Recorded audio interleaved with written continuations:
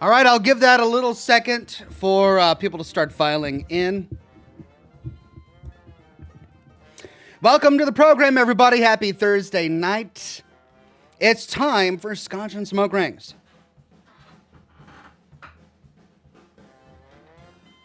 Today we are continuing with Poppy Playtime Chapter 4. We completed parts 1, we completed part 2, we're now on part 3. I don't know how much longer we have left in Chapter 4 of Poppy Playtime, but we've been having a good time, and you know what, if I end up finishing it early tonight, I'll probably end the broadcast, because I've got some work I need to do on my upcoming lore video for the weekend. It's going to be a doozy, there's a lot going on.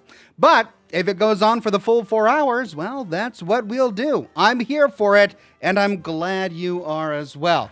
Good to see Asdafar on Kick, SM53, and Solter the Alicorn on Twitch, as well as Manic Hispanic. And of course, it's wonderful to see all of the regulars and the members and the Patreon supporters on YouTube today.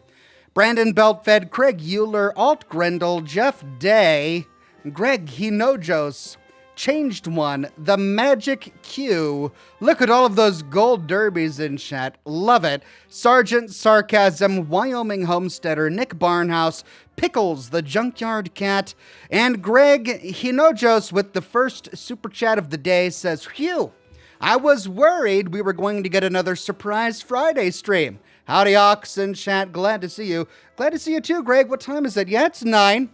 It just turned 9. So I'm pretty much on time, you know, now that my schedule has changed, and I can no longer do 7 o'clock on Thursdays. I said anytime between 8 and 9, and, well, there we are. I'm 11:09. At least I didn't miss it like I did last week. But I still made up for it on Friday. Greg Williams says, "Hey, Ox, just a quick shout out. Leaving work. Much love to you in chat from Michigan. Bad wife joke later when I get home. Oh, dear. Are we getting bad wife jokes now? Dear Lord. Well, I suppose it's a bit of a change from dad jokes and your mama jokes. I guess we get the bad wife jokes now. Is this broadcast going to be boomer humor? I don't know if I can take it if this broadcast devolves into boomer humor. All right, we'll try. John M. says, "Hey, Ox Daddy, don't call me." Listen, I can't say that if I do because you're going to do it. That's the thing. You tell someone not to do something on the internet, and then they do it. They just do it. So you can't say don't do something because then they do that thing. So, thanks, John, for that. Today we are drinking rum and Coke.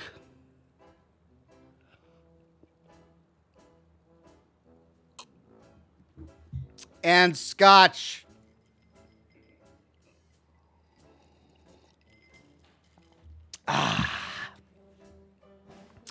Toby Noble is on Facebook. Hey there, Toby Noble. Briani Bastani says, on Twitch. 9 p.m. He's on the west coast of the USA. Yes, I am. I am on the west coast. The far end of the earth. Toby Noble says, Oxhorn, what happens when you get slapped with high frequency? It, hold on, I almost tipped over my glass. It mega hurts. It's slapped in high frequency. It mega hurts. Do that again. Oh, Toby, that's great. Love it. Dark Lord says hi. Hi there, Dark Lord. So good to see you. Nick says, yay, I made it on time. I can't wait for Oxhorn to be torn apart piece by piece, lol. Physically, metaphorically, spiritually, emotionally. Oh, in the game, right. That's better. I look forward to that too. Alt Grendel says, what's made of brown paper and lives in a bell tower? The lunch bag of Notre Dame. That one's kind of like a...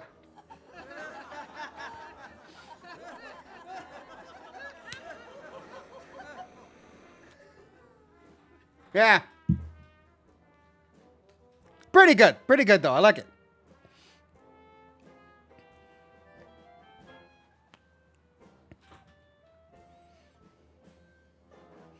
Greg Hinojo says, you're right. My bad. I'm not great with time zones. Let me rephrase. Phew. I'm glad I'm catching Ox at his scheduled time. Yeah, that's right. This is my scheduled time. I'm not late. Not today. I have been late. I'm not late today. So there we go. Hellcat says, I missed you. Missed y'all. Hellcat, we're so good to see you back here today. We missed you as well. Good to see all the familiar faces and all the new faces.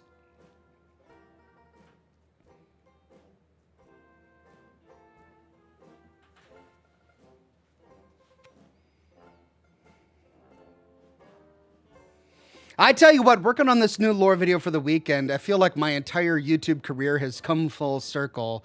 I'm revisiting one of the stories, one of the first stories that I told, all the way back in 2016 when I first started making Fallout videos. And it was a hit then, and I know it's going to be a hit when I publish it on Saturday. And I'm really enjoying having the opportunity to give this story the full narrative breakdown, now that my style has evolved over time.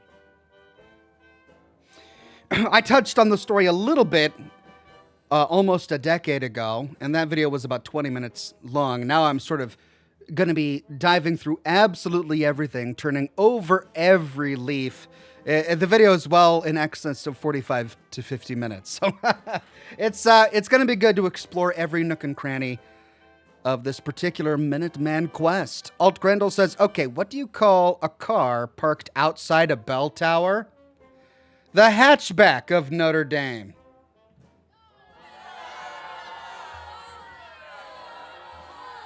The lunch sack? The hatchback? All right, I appreciate the effort. Appreciate the effort, Alt Grendel. Thank you.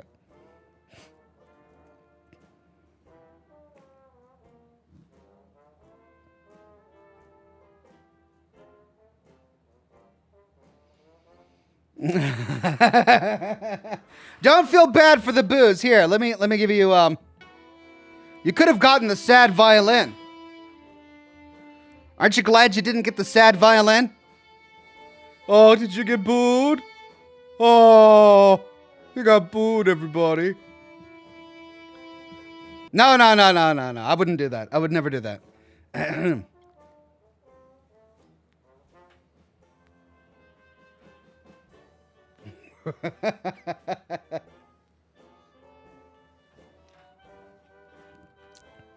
David Norrell says Sinking City 2 is coming out soon. They're doing a fundraiser for it.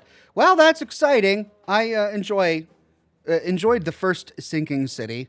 It needed some polish. It definitely needed some polish. But it was an enjoyable game. I really hope they work on the ending this time. The ending was underwhelming to the last game, so I hope they can work on the ending.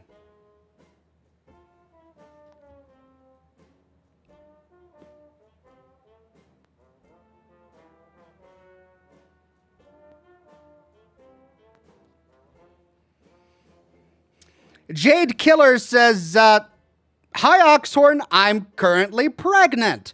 And I love watching your videos when on bed rest. Glad I can finally catch a live stream. Also, pre-pregnancy rum and coke was a guilty pleasure.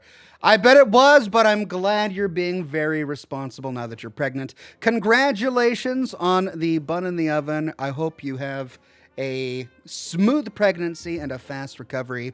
And I hope you give birth to a wonderful, healthy bundle of joy. Thanks for joining us tonight. Not Nick Skinner says, Ox, check your third button. Oh. Okay.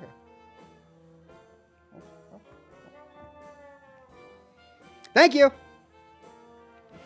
Alt Grendel says, and finally, you're just not letting up. And finally, what do you call a whale that's been living in a bell tower? The humpback of Notre Dame.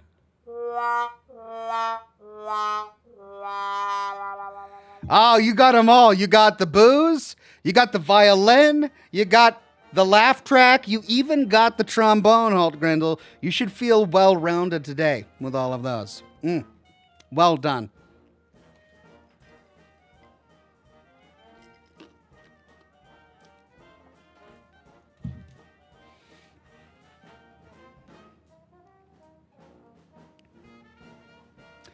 Gomer216 on Kick says, good evening, Ox and chat. Hope y'all are doing well. Doing very well, Gomer.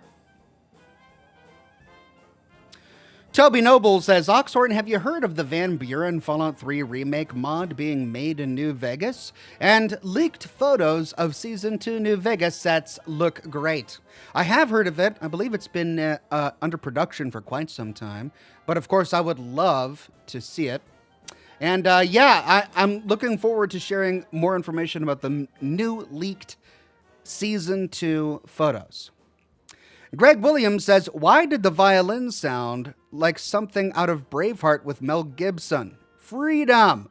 Also, which is the worst, Minuteman Quest or Fallout 3 tunnel system mapping? Okay, which is the worst? Minuteman Quests or Fallout 3 tunnel system mapping? It's a very interesting comparison. First of all, I don't know if the... maybe it reminded you of Braveheart, but any sort of sad violin, the Braveheart score is pretty well done. I really enjoyed that particular soundtrack. Not exactly sure why it reminds you of that, other than that it does have violin. Comparing the Minuteman quests from Fallout 4 to the tunnel mapping system in Fallout 3, I don't know if that's fair. I mean, we explored all of the tunnels in Fallout 3 in my series on Fallout 3 Metro, which was a whole lot of fun. And while it was imperfect, it was okay. The pre-war maps didn't connect correctly to the Metro system as we see them in the Capital Wasteland, but it was an impressive feat for them to undertake. And we realized just exactly how difficult it is to create an underground tube network, as we saw in Fallout London. The underground tube network of Westminster was absolute shambles. It didn't make any logical sense. Not only did it not match any map on the wall, but it didn't make any logical sense either. Like, you could take one tram, and if you stayed on it long enough, and even though you were going in the same direction, you would eventually come back to the station where you started. Like, it didn't make, in space and time, it didn't make sense.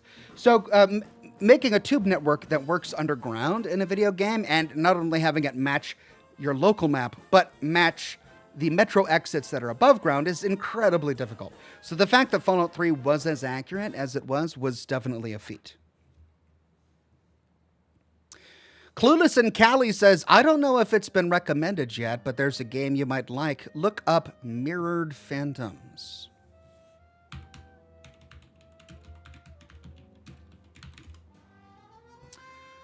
Oh, okay. Released this year. Mixed reviews. Oh, mannequins. Why is it always mannequins? Creepy. All right, well, the screenshots definitely look creepy. Mannequins and eyeballs, of course. Well, it'll be interesting to see what the gameplay for that is like. Thank you. I've got it added to the list. Alien Face says, I miss your daily streams. Made night shift go by so fast. Also, I'll be 36 in 2 days. I'm getting so old, lol. Stay amazing, Ox. Dude, you can't talk to me about being old when I'm 43. Like, you're still in your 30s. Be grateful that you can still say, I'm only in my 30s, because you are. Who knows? Maybe someday I'll go back to daily live streams, but for the moment, this schedule is working very well for me, and I'm able to produce the YouTube content that I need to. Chris Tidwell says, so Ox, how's the the bobblehead coming along? Did you take the chat's suggestion? Also, if you finish early, you should beat Catnap. Oh, I can't. Like, it's not like I can teleport to the end of chapter 3 to beat Catnap. It overwrites your save. I had uninstalled Poppy Playtime after rage quitting chapter 3, and for some reason that also deleted the save. Which, I suppose I should have expected. But I've purchased so many games on Steam, and I've uninstalled them and then reinstalled them, and the game saves have always still been there, but for some reason, Poppy Playtime, it wasn't. And I'm not about to play through Chapter 3 all over again just to get that boss fight. So, yeah, no, not doing that. As for the Bobblehead, production photos came in again. As for taking your advice, no, I don't think I'm going to be putting Oxhorn on the bottom there. I don't think it's necessary. I understand why you guys want that. But it's not like Vault Boy bobbleheads have Vault Boy on the bottom, right? You get that it's the Vault Boy. Because it looks like the Vault Boy. It's the Vault Boy. It's iconic. If I had a little bobblehead of Weird Al, I wouldn't have to write Weird Al at the bottom. We all know what Weird Al looks like. He's iconic. Am I suggesting that I'm iconic? Maybe. All right, I got some photographs from the manufacturer today, and they wanted more critique, and it's coming along great. They've nailed the shirt and the legs. I didn't like the color that they did for the hat and the boots. This one looks pretty good, but they've been making revisions and they changed a few things. They made the hat and the boot a little more red than I wanted. I wanted it to be a little bit brown. And then they changed the skin tone. I actually really like the skin tone on this one, but they kind of made it a little too white. Looked kind of mannequin-like, and there wasn't enough blush. So I asked them to make a few changes there. Yeah, I'm what you call a nightmare client, I think. I don't know if they enjoy working with me because I'm really focusing on the details. Also, the head kind of scrapes against the cup a little bit. I don't know if you can hear that. But I want the bobblehead, I want the head to bobble. I want it to freely bobble without hitting the cup. So I asked them to increase the neck length a little bit so that the beard doesn't hit the cup. Yeah, so I'm still working out some kinks. When it's perfect, maybe by Christmas, I'll put it on sale, and I'll let you guys know when it's done. Gianna says, hey, Oxen fam, hope you're doing well. I'm on book 14 of my New Year's resolution, which is to read an average of one book every week, and reading a book I've already read does not count. Book 14, that's amazing, Gianna. Congratulations. That is a huge feat, and I'm so proud of you. That's a wonderful thing to be doing. Robin on Facebook says, hi, friends. Hey there, Robin. So good to see you. The mirrored image on Twitch says, are you going to do a full story of Avowed? Probably not. It's not exactly my kind of game. I don't know for sure because I haven't played it, but from what I've seen, it doesn't really look like my kind of game. Gomer216 on Kick says, I'm currently addicted to American Truck Simulator and having a blast. Have you played or do you enjoy simulators, Ox? I enjoy Power Wash Simulator. I enjoyed Crime Scene Cleanup Simulator. Those are really the only simulators I've enjoyed. I don't know if I would really enjoy like a, airline simulator or truck driving simulator. Farming simulator. I suppose I would learn a lot about farming and, being a truck driver doing that. But I, not really interested in those kind of games at the moment. Perhaps someday. Royce Miller says, I'm hiking the Appalachian Trail and was curious if you like hiking or have a good hiking story you'd like to share. Also, I miss the ghost ship. Royce Miller, do I love hiking? I do. And do I have a story to share? Boy, do I. So I was raised in the Pacific Northwest, as many of you know. And when I was young, I was in the Boy Scouts. And we went hiking all of the time. And I still enjoy hiking to this day. I don't get to do it as much as I once did. But there was a time in my life where I was hiking multiple times a month. Anyway, we went on this one hike to the Green Lakes. I don't know if any of you are familiar with it. but the Green Lakes, there was a hiking trail. And it was a pretty rugged hike. I think we were doing 3.5 miles, or maybe it was a 5-mile hike. And it was the sort of thing where there was no gravel roads. It was not flat. You had to wear hiking boots, and it was really narrow trails, and it was up and it was down, and there were tree roots, and it was pretty rugged. So we were all hiking, and probably about 3/4 of the way into the hike, we all took a pit stop, and I really had to go to the bathroom. And we had just crossed this bridge made from a fallen tree, and they had shaved off one tiny little side of it to make a sort of flat trail so that you could walk along the tree and it was flat. And then they put in like a handrail made out of sticks, and it was rickety, but it was functional. So we went across that, and we got to the other side of the river, and we all took our packs off and, drank something and rehydrated. And I needed to go to the bathroom. So I go out into the sticks, and I dig myself a latrine, and I do my business, yada, yada. And as I was finishing up, I saw something blue sticking out from under a log. It was under a fallen log. And I bent down to pick it up and pulled it out. And it was a pair of shredded blue jeans. But they didn't look right, because the legs had a slit cut all the way up the leg.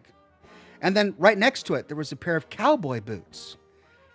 And they also had a big cut down the side of the boot, like they had been cut off of someone. And then there was a plaid shirt, and the plaid shirt was really rotting away. The jeans were pretty much okay. The boots were pretty much okay. They were covered in moss and mold, but they were intact. The shirt itself was just in shribbins, and it was this plaid shirt.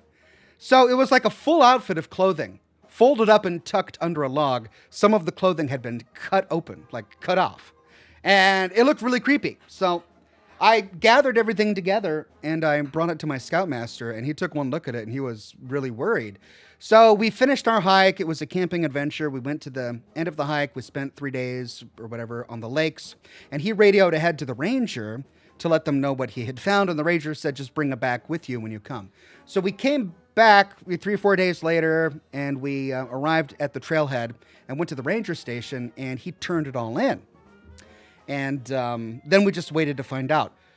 Turns out, like 30 years before, a man and his wife were horseback riding on that same trail. And they had tried to walk the horses across the fallen log bridge. Now, wood, when it gets wet, it's really slippery. It's almost like it develops a layer of slime on it. It's not really slime, but I don't know if it's just like the surface tension or maybe algae grows or something. But wood, especially wood from an actual cut tree, it gets really slippery when it gets wet. And they were trying to walk the horses across the bridge. This was in the 70s.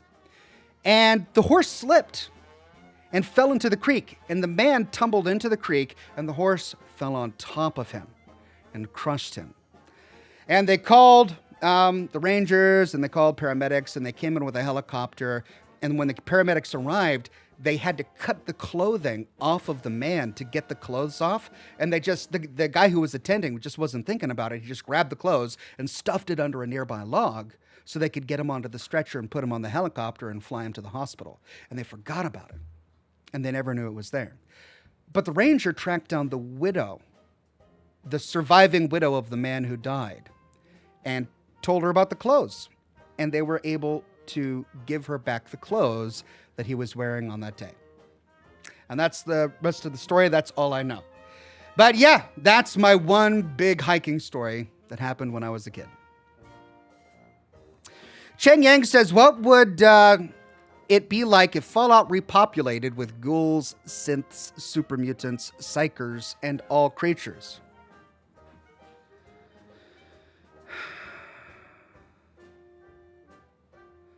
I don't understand the question. Fallout already has ghouls, synths, super mutants, psychers, and creatures. Are you asking what would the real world be like if, like in the world of Fallout, we had those things? I think it would be more like the world of Fallout. Yeah, I'm pretty grateful that psychers don't exist and that we don't live in a world of super mutants.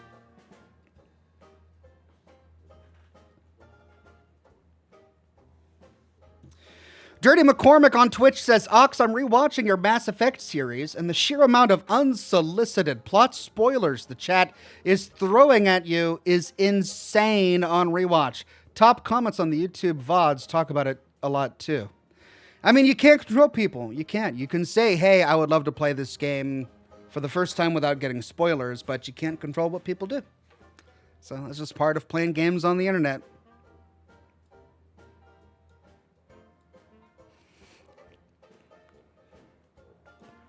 Vicky T says, hi, Ox. Hope you have been doing well. It might be good to put a logo underneath the bobblehead so that it would be known to be from you. Again, who could you mistake this for? It's iconic. I am an icon, darn it. Do I really have to put my name on it? I don't know. Do I need to put a name on my shirt so that everyone knows I'm me as well? Maybe. I'll ask if they could put like a sticker on the bottom or something so that everyone knows this is Oxhorn, not all of the other guys who look exactly like him.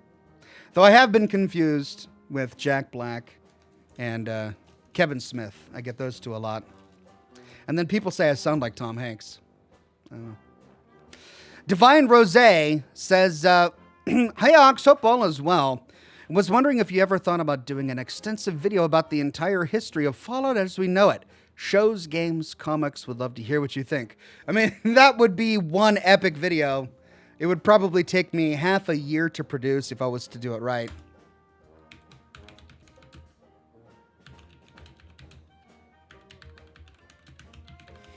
Leaving a note for myself because it's a wonderful idea, but who's going to watch a 13-hour-long video? Right? Maybe. Alt Grendel says, Ox, are you going to have pre-orders for the bobblehead? No, I don't really like pre-orders. I get why they're done, but I've been personally burned by pre-orders in the past. I've pre-ordered props from gaming heads, and then 5 years later they'll let me know that that they messed up and they're not going to produce it and they're going to give me a refund, right? I personally don't pre-order games. So I'm just going to make it available when it's available. When I've got the boxes, when I've got them in stock and it's available to ship, I'll put it up on the website, right? I'm going to get the money sometime when somebody buys it. So it might as well be when it's ready, right? But if I change my mind, I'll let you know. Gianna says, I also got the promotion to assistant manager a couple of weeks ago. Hey, congratulations on that, Gianna. Well deserved, I'm sure. Corley Gibson says, hey, Ox, I can't stick around for too long tonight because I have a busy day tomorrow. I hope you and the chat have a lovely stream. Thank you, Corley Gibson. I hope you have a wonderful night.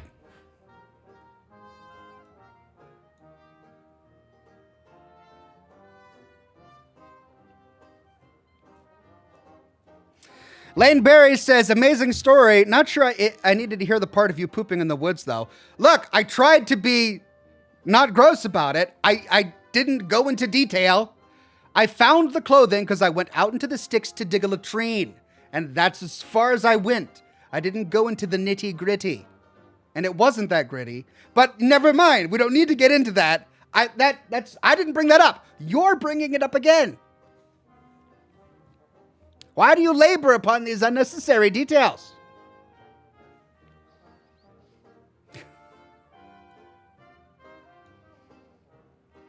Greg Hinojo says, I think putting a sticker / your name on the bottom makes sense.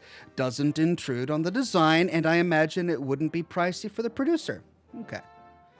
Yeah, maybe I could do that. I'll make a note to myself.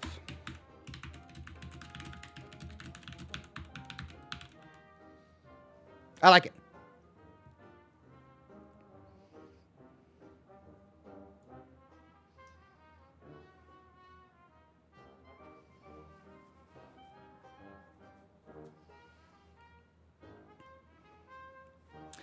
Proudfoot says, should Fallout return to villains like the Master? I don't know. I mean, the Master's a great villain because it really tells us what FEV can do. But I think the scariest monsters out there are the ones that look like you and me. And one of the nice things about the Fallout universe is it consistently shows us, in the later games at least, that the greatest monsters are all human. Even Richard Gray was human. Yes, he was infected with FEV, but ultimately he began as a human. But all of the monsters in many of the games afterwards were human, except, of course, Eden, I suppose, wasn't human.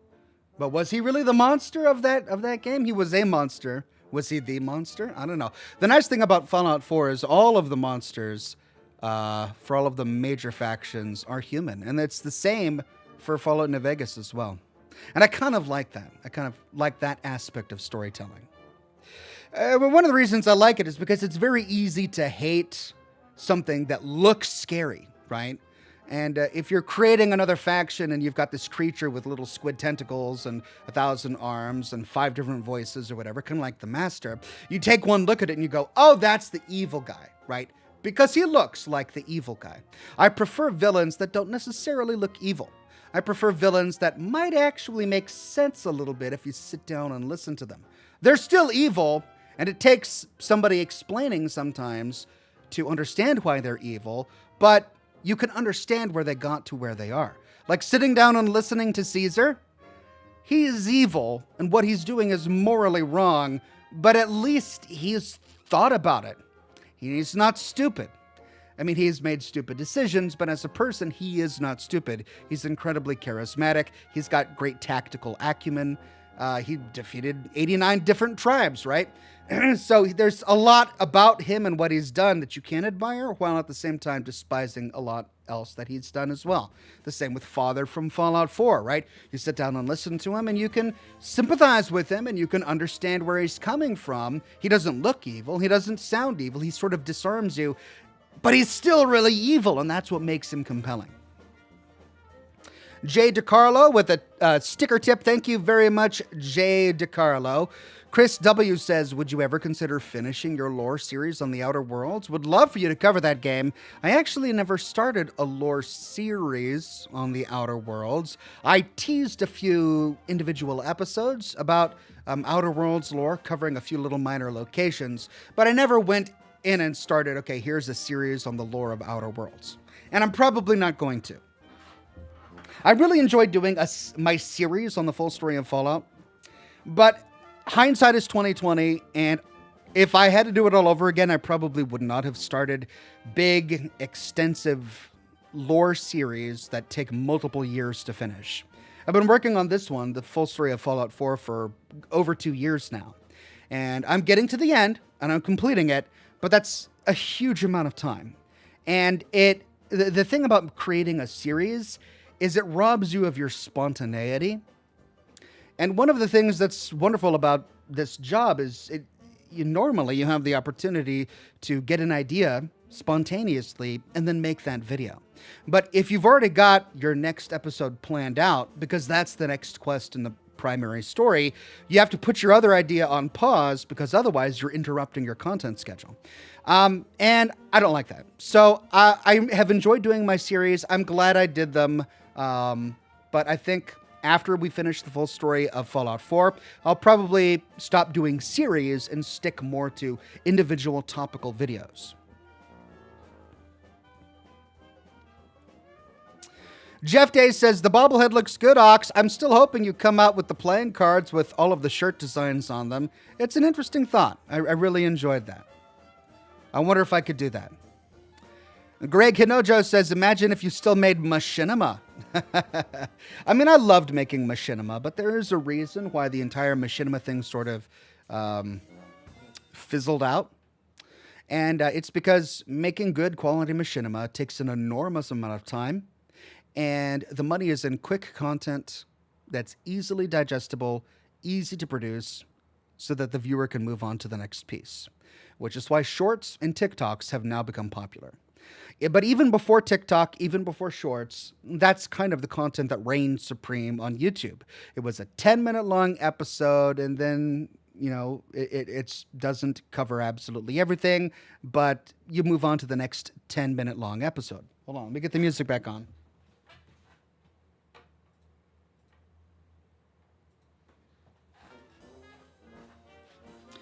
Now, long-form content, like the kind of content I produce, it's still really popular. People enjoy sitting down and watching a good 30 or 40-minute video. There are even, YouTube channels that'll produce, 1 or 2 hour-long videos from time to time. But the amount of work that goes into those big, longer pieces, it's just a lot of work. But it pales in comparison to the amount of work that goes into a good machinima video. I remember when I was at the height of my machinima stuff, it would take me 3 or 4 months to work on a video. And I kind of went all in, right? I hired a composer. I had the entire thing scored. I used After Effects. I did multiple compositions. I composited every single frame. All of the different characters were composited in with blue screens, and I had to record each character separately using World of Warcraft model viewer, and it was an enormous, laborious amount of work.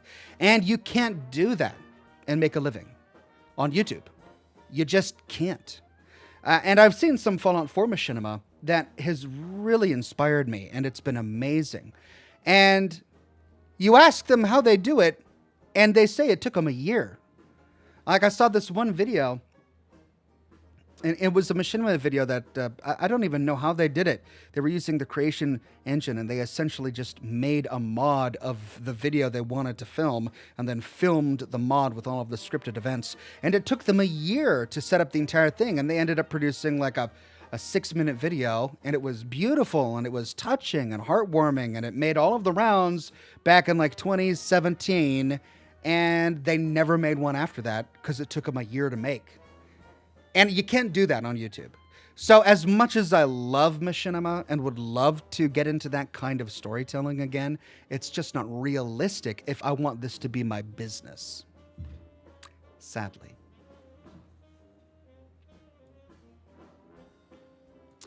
Clell Big says, did you hear the creator of LA Noire has been hired by Rockstar to head a new studio? I did not hear that. That's great. Bondi, Team Bondi, got hired by Rockstar for a new studio. Cool. I wonder what they'll make. That's great. Thomas McCormick says, I remember you used to produce one Fallout 4 video every day. How you got that done is a mystery. Yeah, I remember those days. My videos were a lot shorter back then. Nowadays, I really get into reading every terminal and exploring every location and uncovering absolutely everything. If you watch some of the earlier videos that I did, they skimmed the topic. My Vault 81 video, for example, was 25 minutes long, and I sort of just told the story of Vault 81 in my own words, supplementing with little snippets of terminals here and there as necessary. If I were to do that entire story today with the method that I currently produce, I would go in and I would start the narration with how you actually find it, and then we would talk with every character and uncover every dialogue option and then look at every single terminal, and it would be a 2-hour-long video just on that vault alone. So yeah, I used to do lore videos every single day, but my workflow has evolved based on user feedback, and this is the kind of content that you guys most like from me, and it takes longer to do. So I no longer do one video a day. Greg says, would you say nowadays on YouTube it's less about the quality/identity of the video versus how you best express your art that appeals to the algorithm?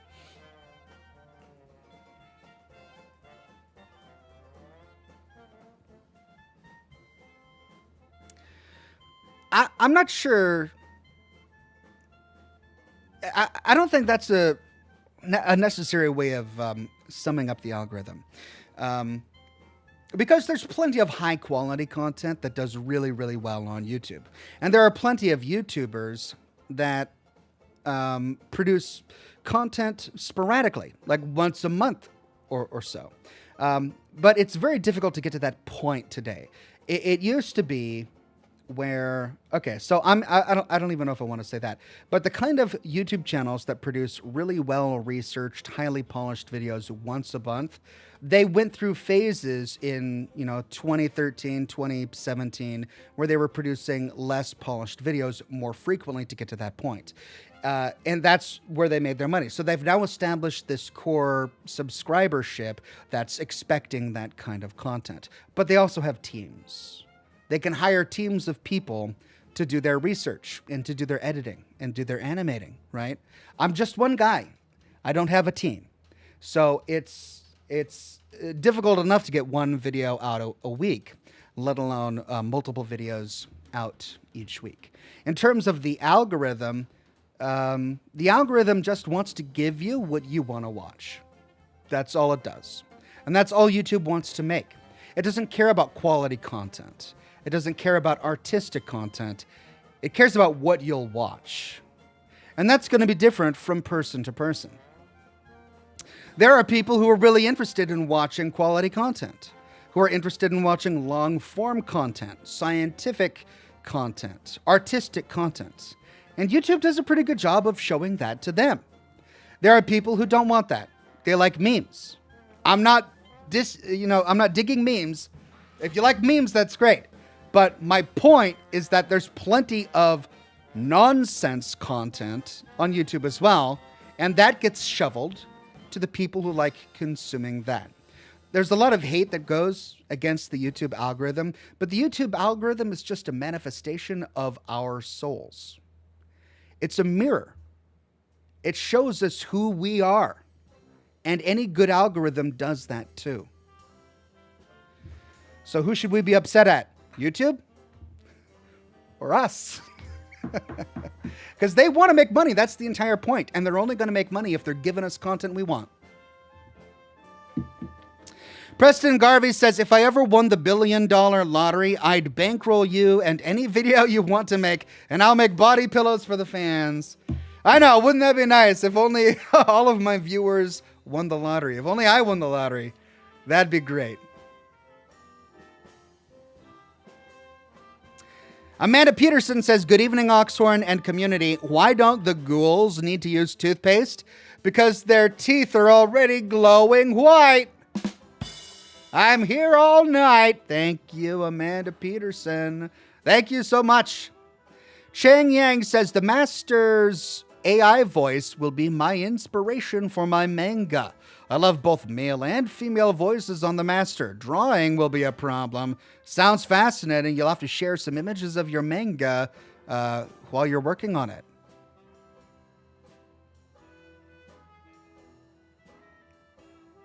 Julian Z says, hi, Ox. Good to see you a bit late catching up at 4x speed. YouTube's new speed settings have so much fun with Fallout London. Love how much to explore. They've got 4 times the speed now? Oh, I didn't know that. Yeah, that's how I like to watch my videos as well. I usually put it on 2 times the speed because I'll get through a 30-minute video in 15 minutes and my ears can still catch up with somebody speaking at 2 times speed. So why sit there for half the time or double the time when you can sit there for half the time? But now they got 4 times? Ooh, I don't know if I could listen to somebody at 4 times the speed. That would be tough. Robert Williamson says, I watched this channel back when I was in school, World of Warcraft Machinima. I discovered your lore videos a year ago to fill the void between Dan Carlin podcasts and to make gunsmithing even more stimulating. Thanks for staying cool. Well, thank you very much, Robert Williamson. I had so much fun making my World of Warcraft Machinima all those years ago. Maybe someday I'll be lucky enough to make Machinima again.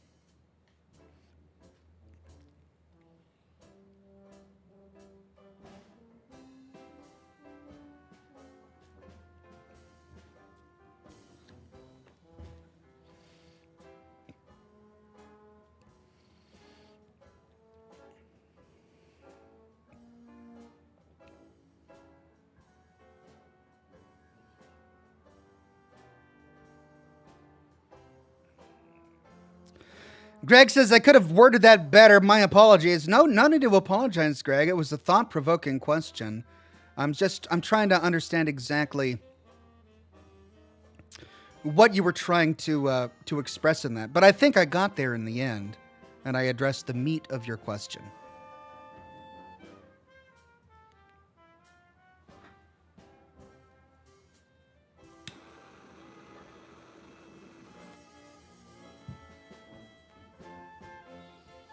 Jared Shover on Facebook says, remember you had a fellow viewer who said he was role-playing a World War II German in Fallout 4? Well, I'm doing the same thing too, but I'm role-playing as a Soviet Union soldier who's working with the railroad resistance. Really? Jared, wow. Okay, that's amazing. I don't know how that works. I don't know how that works. I don't know what the railroad has to do with the Soviet Union at all, but it sounds fascinating. I would love to tap into that gameplay. Very interesting. Thank you so much, Jared.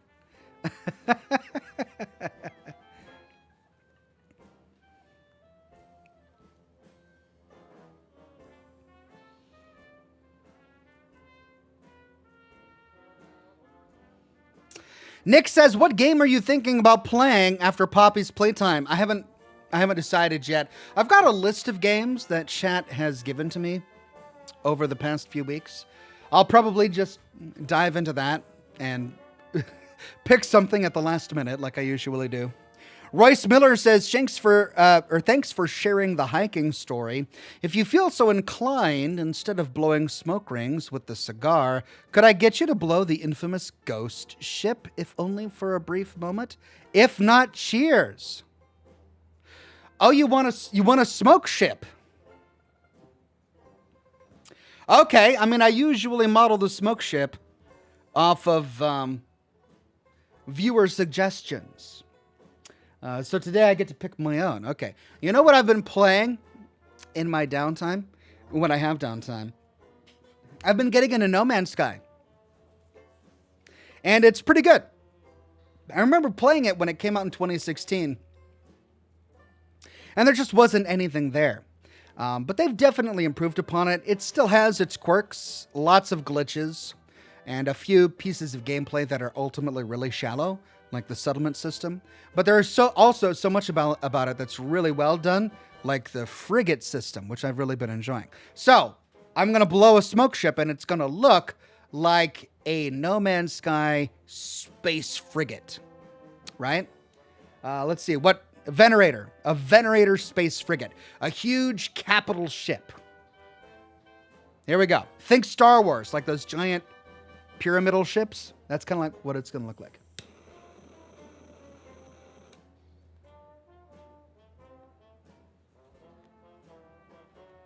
Okay, here we go. Don't blink. If you do, you're going to miss it.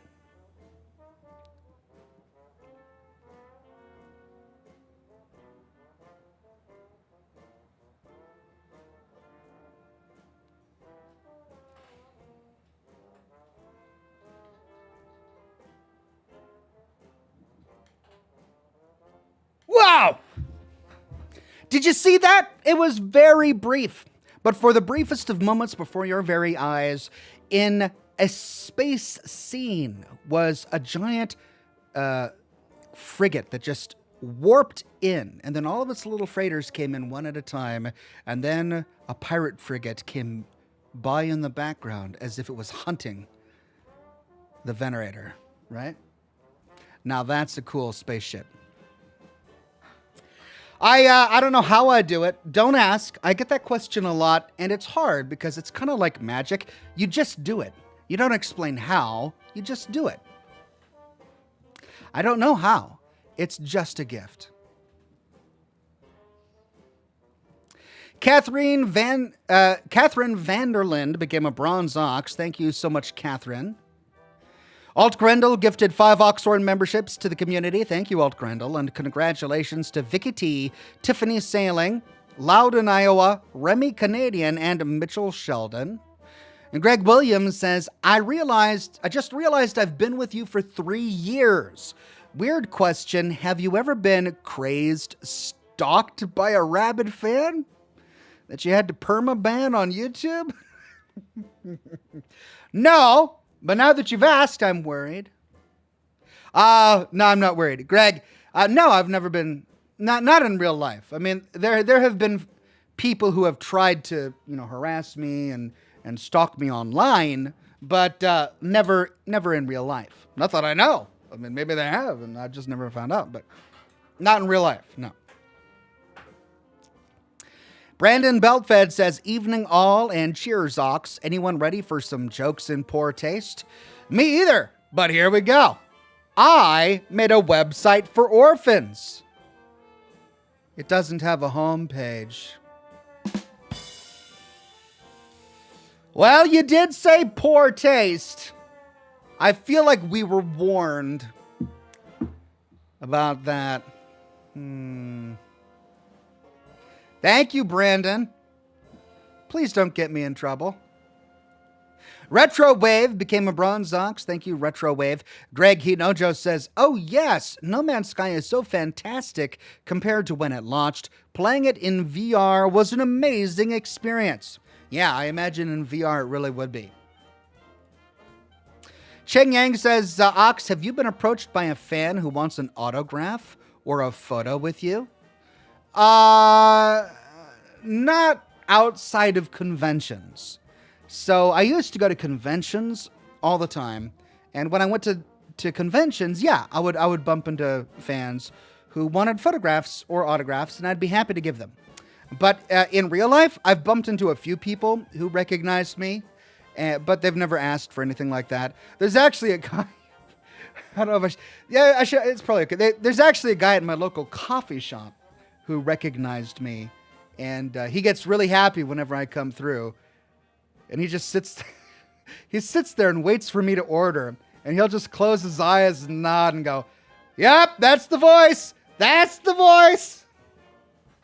and when my kids are with me, they just get so embarrassed. But yeah, every now and then I'll bump into someone in the real world who will recognize me. Hemi Hilton says, coming up on 3 years. Thank you, Hemi Hilton. 3 years, that's amazing. Average Zombie says, howdy, Ox. Why did the Scarecrow win an award? Because he was outstanding in his field. An oldie but a goodie.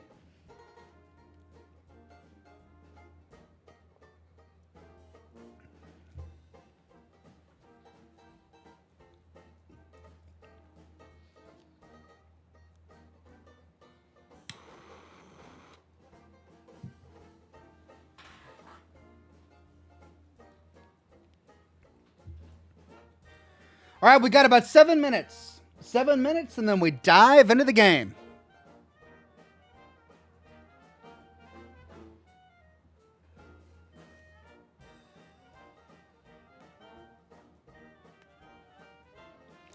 DD says, hey, Ox, keep doing what you do. I've been silently watching you for years now, and I now have a baby girl, and we still watch. So thanks for being my go-to guy for Fallout and other games, but mainly Fallout. You're welcome, DD. Thank you for continuing to watch. I realize that there are so many of you who never have an opportunity to contribute to the chat, but you still come every single week to watch my live streams. And you still watch all of my lore videos, and thank you. Thanks to all of you. I deeply appreciate each and every one of you.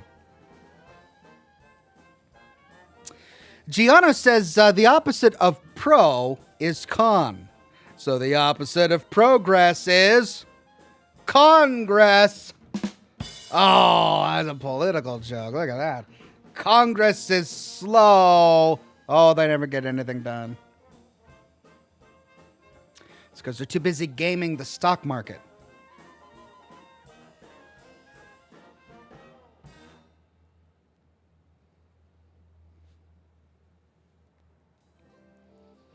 Misty by Nature says, what's the softest nut? A donut. That could have gone in many different ways, and I'm glad it went that way. That's the best way that joke could have gone. Thank you, Misty by Nature. Brandon Beltfed says, one man's trash is another man's treasure. Lovely saying. Terrible way to find out you're adopted. Ooh, yeah, that's another. You've got the bangers today, man. Just all of those cringy jokes. Okay, well, I guess keep them coming.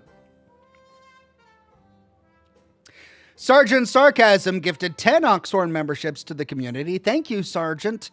And congratulations to DD, Royce Miller, Aaron's Corner, Walkerson, Black Wolf 007, Dark Lawn 612, John W., Mr. Foodan, Bacon Boy, and Mitchell Hawkins. Thank you, everybody.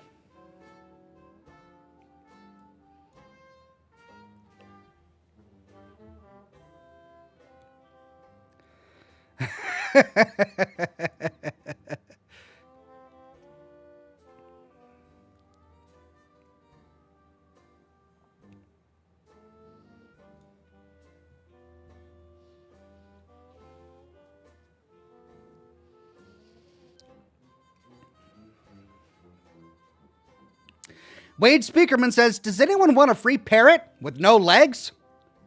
No purchase necessary.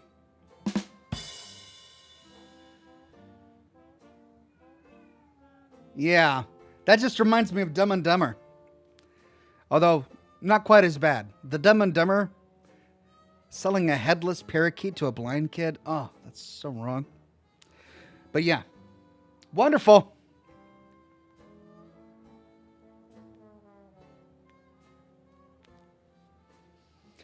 Rice says, thanks so much, Ox. The difference between being ordinary and extraordinary is the extra you give. That's nice. Thank you, Royce. That should be like on a Hallmark card or a Valentine. That's so sweet. Thank you, Royce Miller. All right, a couple more minutes, then we dive back into the game. Maybe says, hey, Ox, thoughts on the game so far? I'm impressed. I read a lot of criticism about the game, and it's currently got mixed reviews on Steam. But so far, despite a few annoying glitches when it came to the puzzles, the story itself has been engaging and interesting. And now they could completely drop the ball with the ending. I don't know. We'll see. We'll find out maybe today. But I've really enjoyed their elaboration on the world building of the factory itself and the characters. Gianna says, why do thieves never target politician homes? Professional courtesy. Wow, you're just coming in with all of the political jokes today. You really hate elected officials, don't you? Thank you, Gianna. Robert Barnes says, had no idea you became single. My sister loves kids and your videos. She's 31 and available. Please, because she's annoying the hell out of me. I see a win. She sees a win. And she's dating the Rafflemow man. Wow. I mean, how could I say no to that, Robert? You're just like your sister's best wingman, aren't you?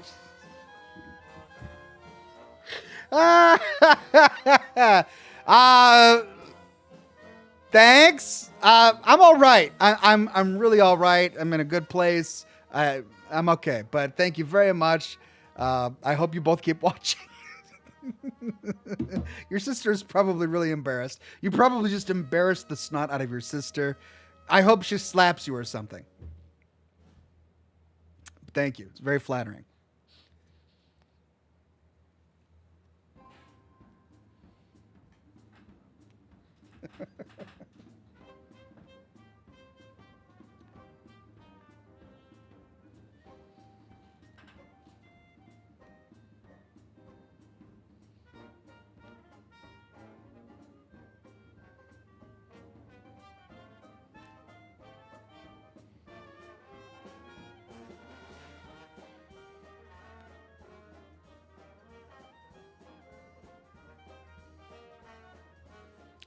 All right, it's about that time.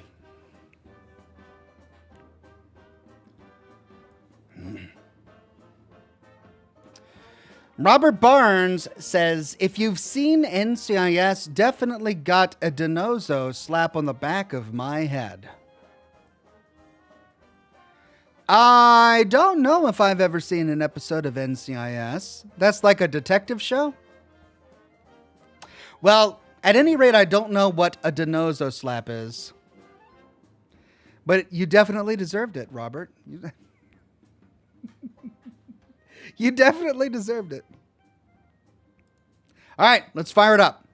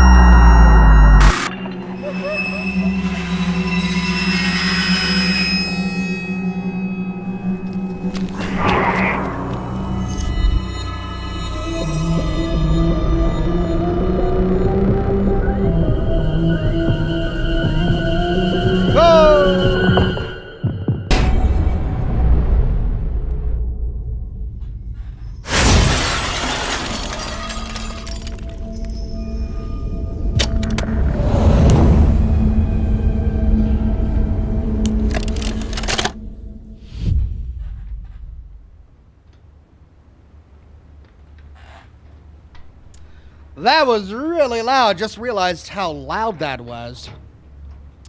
Really Male Lion says, without spoilers, which faction is plot-wise best for getting into the Institute? When is the best time, plot-wise, to play the DLC, and in which order?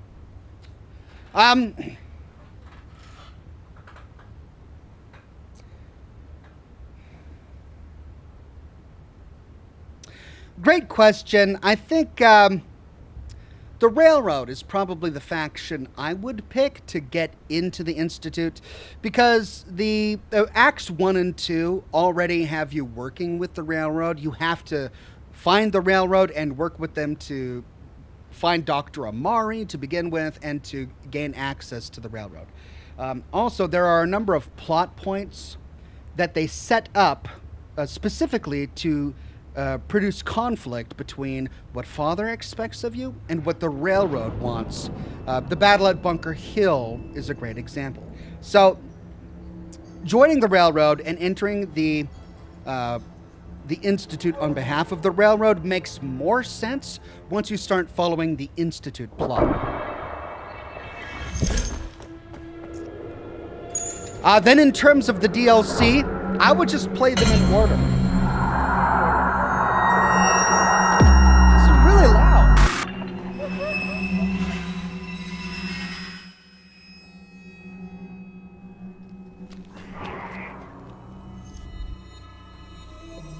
Jeez, I don't remember the background ambience being that loud.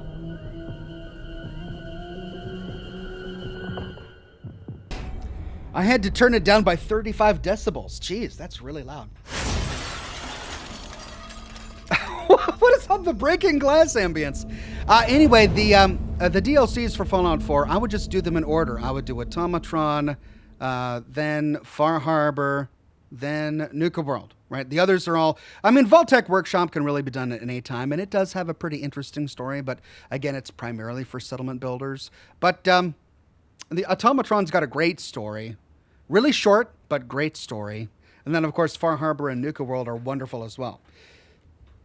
Right, where was I? Gosh, that was super loud. Okay, oh, they put us back here. Oh.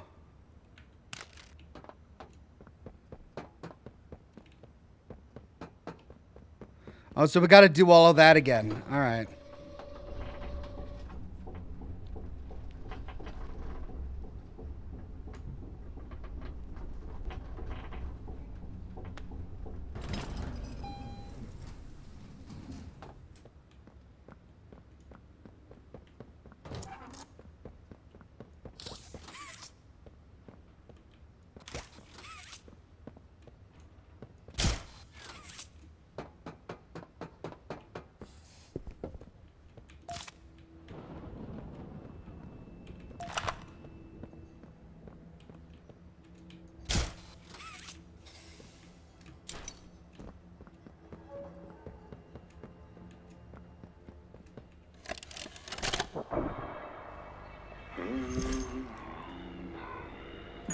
Okay, we already watched that, so I don't think we need to do that again.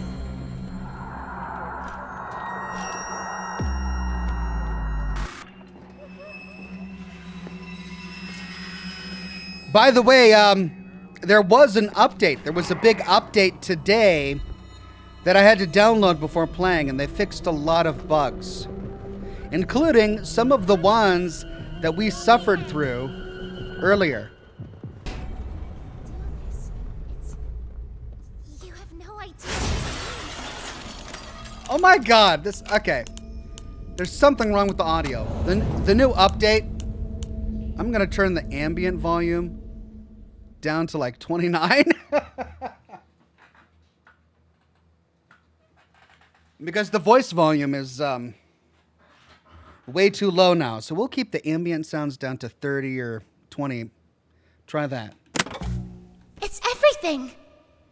You've done what none of us ever could. Given us hope.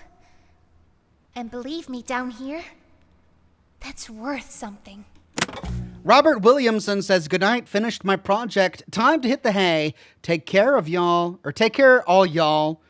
Thumbs up." A lot of folks named Robert here, by the way. Yeah, we do have a lot of Roberts in the chat. Thank you, Robert Williamson.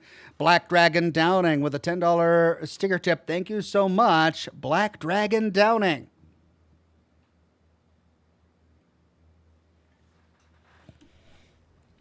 Take a minute to catch your breath. I'm sure the others would love to talk with you. Okay. Doey and I will be in the generator room whenever you're ready. Now that's the generator room. Now last time we walked around and nobody really wanted to talk to us. They didn't have anything to say. And it looks like they didn't change that either.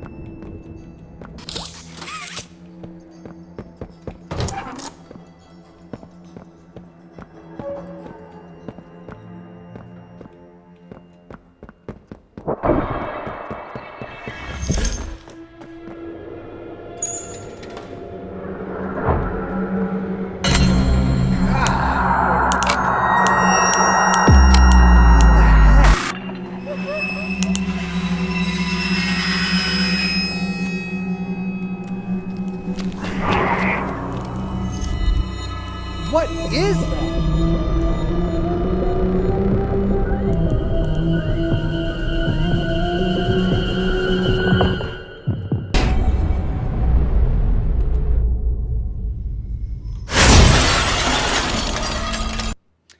Whoops, that was not the game.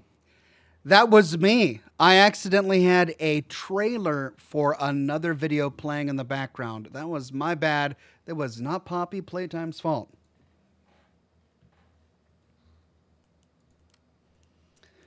So we can go ahead and push this up, back up to 100. There we go. That's a little better.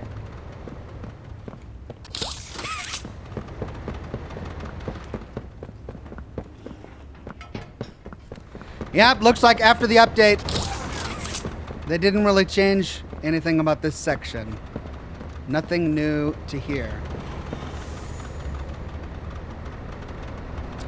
Robert Barnes says, game devs brought in Michael Bay for the new patch. Everything has that bass effect. Yeah, not their fault though. That was on me. The Raging Krogan says, Ox, I smoked a cigar called Dirty Rat. Made me feel like I was in a mobster film and about to get whacked. Well, hopefully it was still tasty. Good. You're here. Let's get started. Losing the doctor? It'll have gotten the prototype's attention. He'll be scared. He knows he's losing now, and the orphans are all he has. Now's the time to get to the Foundation. Make everything ready. Look, we need to talk about this. We shouldn't... Just give it a second. Ollie? You there? What's... He's outside! Ollie? He's outside! Who's... Oh no. You need to distract him, Doey. Please. Keep him away from here. Without the generator... I know, but he can't get in here. Not now. Just buy us some time. You'll have to fix the generator. Work quickly. You won't have a lot of time. But I... Trust us, Doey. Trust me. Just get the generator working. Please. I'll try to gather the others. Keep them safe. Ollie, if you can hear me, work with our friend here. Aye, aye, Captain. You can do this. You heard her. Now let's get to it. First, you'll want to open the access panel on the generator. It's just a little door on the outside of the machine. Use the Omni hand.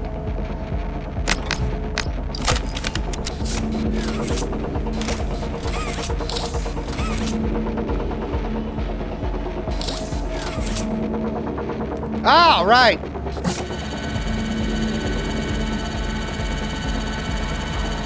Whenever you're ready, flip the breaker switch. But be aware, while it's down, so are Safe Haven's defenses. Meaning whatever's out there has nothing keeping it there. We'll have to be quick. Okay, and this is where we left off. So now we're back to where we were. Gianna says, I don't like how our politics are right now. Yeah, join the club. So I have to joke about it to make myself feel better. What is the most unfair thing about the U.S. presidential election? We get 50 choices for Miss America, but only 2 for president. Oh, and I can't because that's... All right, well, I would give you a percussion sting for that if I could. Thank you so much, Gianna. Amanda Peterson says, I have so many tabs open and on my computer too.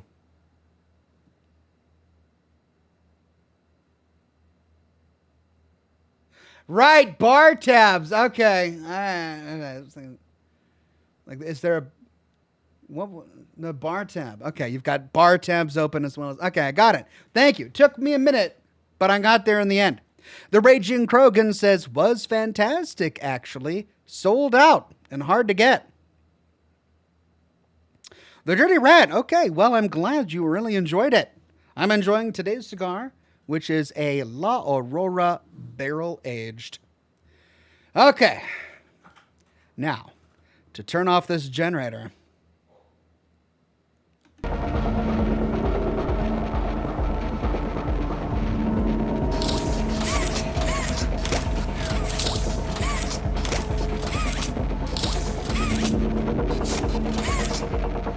Right.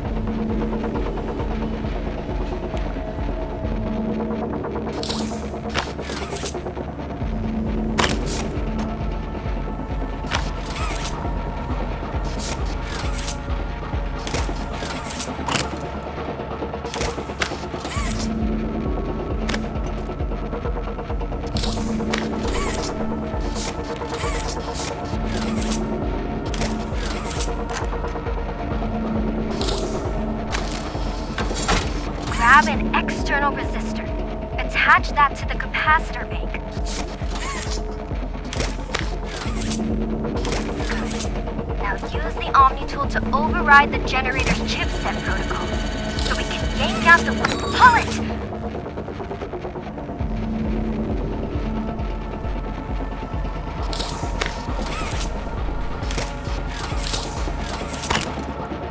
Nice. Now put in a new one.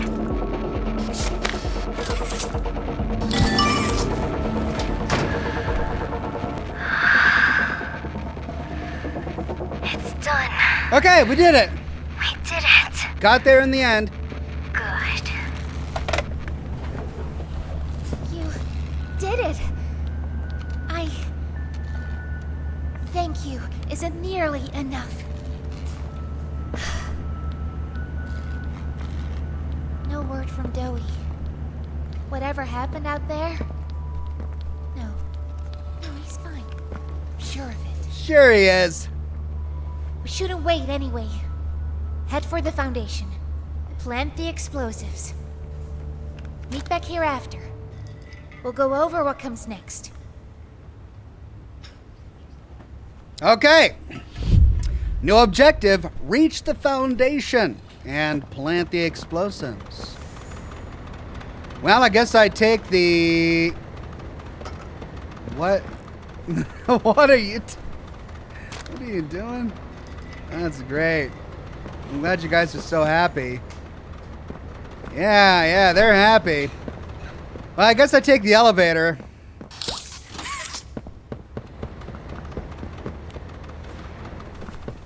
I feel like there's so much to this place that we're just not able to explore.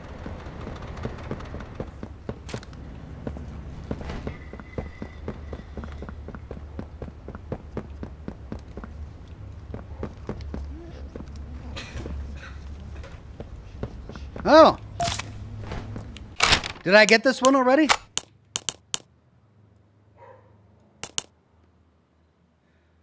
Oh, did we read that? An untitled poem.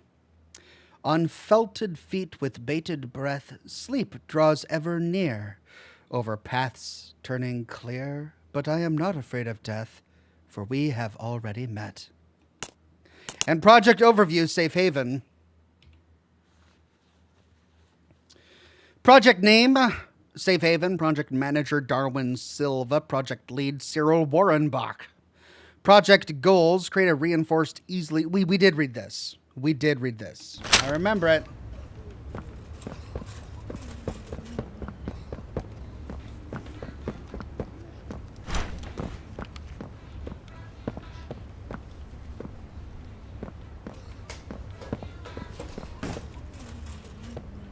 Oh, so there's a tape in here somewhere. Did we get the tape in here?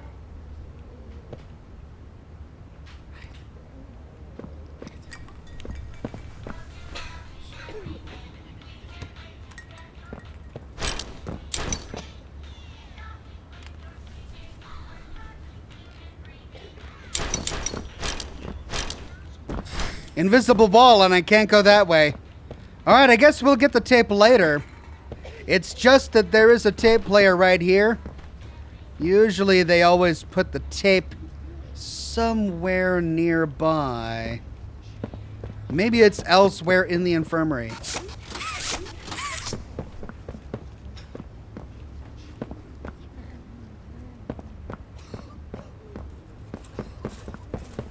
Oh, there's another one.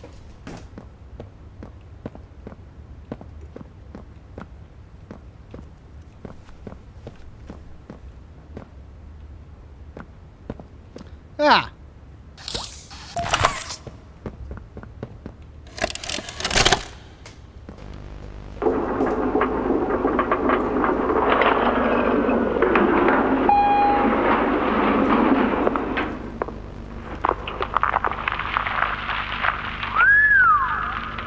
Long way down.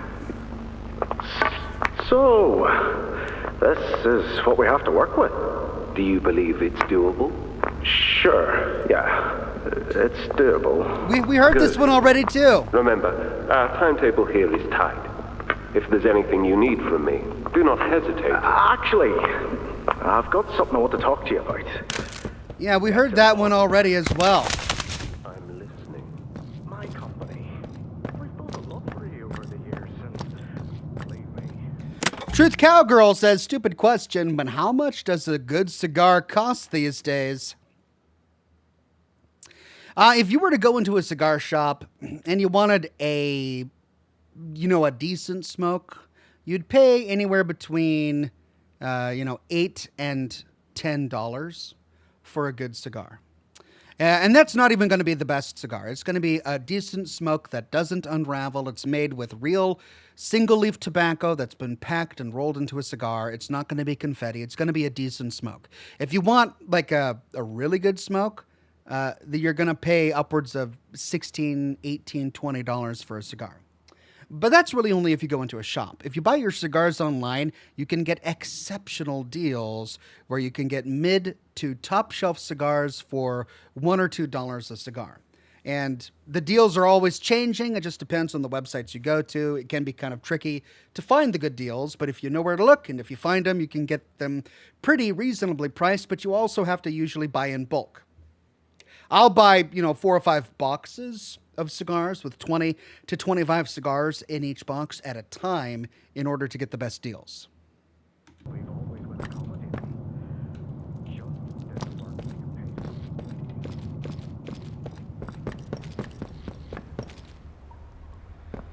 Okay, is this the way we're supposed to go? I think it is, yeah.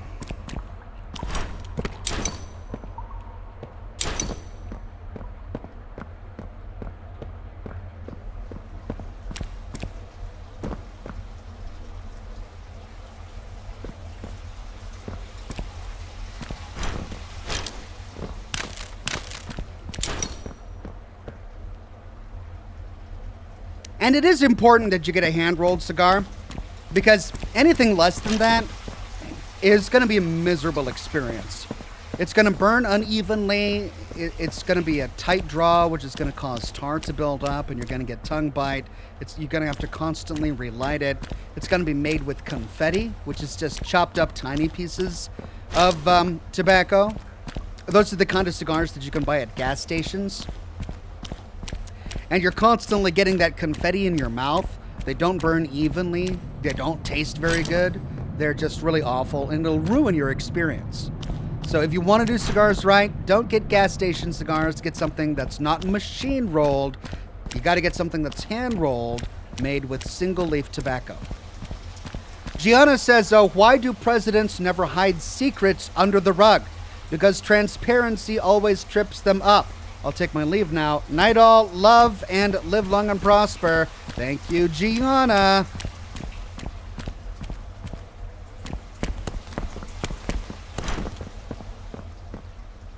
I feel like we're backtracking. Didn't we come through here already?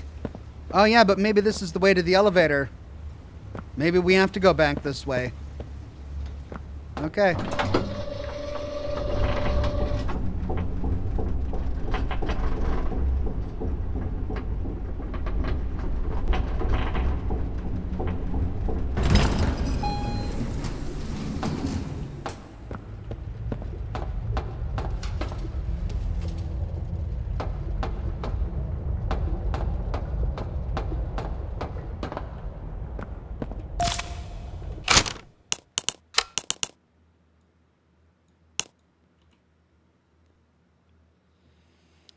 Subject 1322C report, counselor's report. For all intent and purposes, Matthew Hollard is a dream child. I feel like we read this already as well. We did. There it is.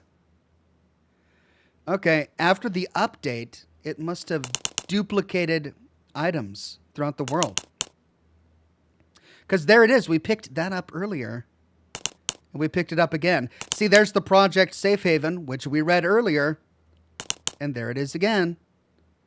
So, the update caused everything to duplicate. That's the white tape. No, green. Did we watch the green tape? I don't even know now.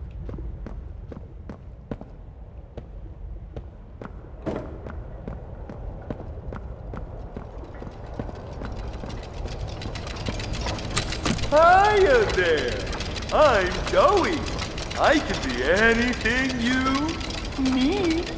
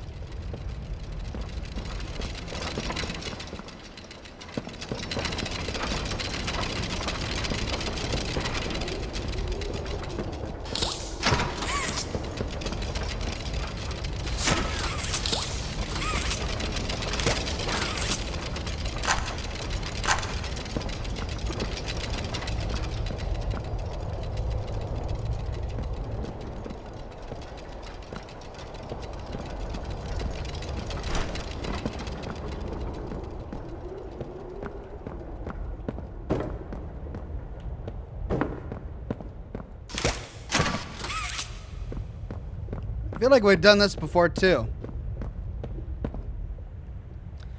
Didn't we do a gear puzzle earlier?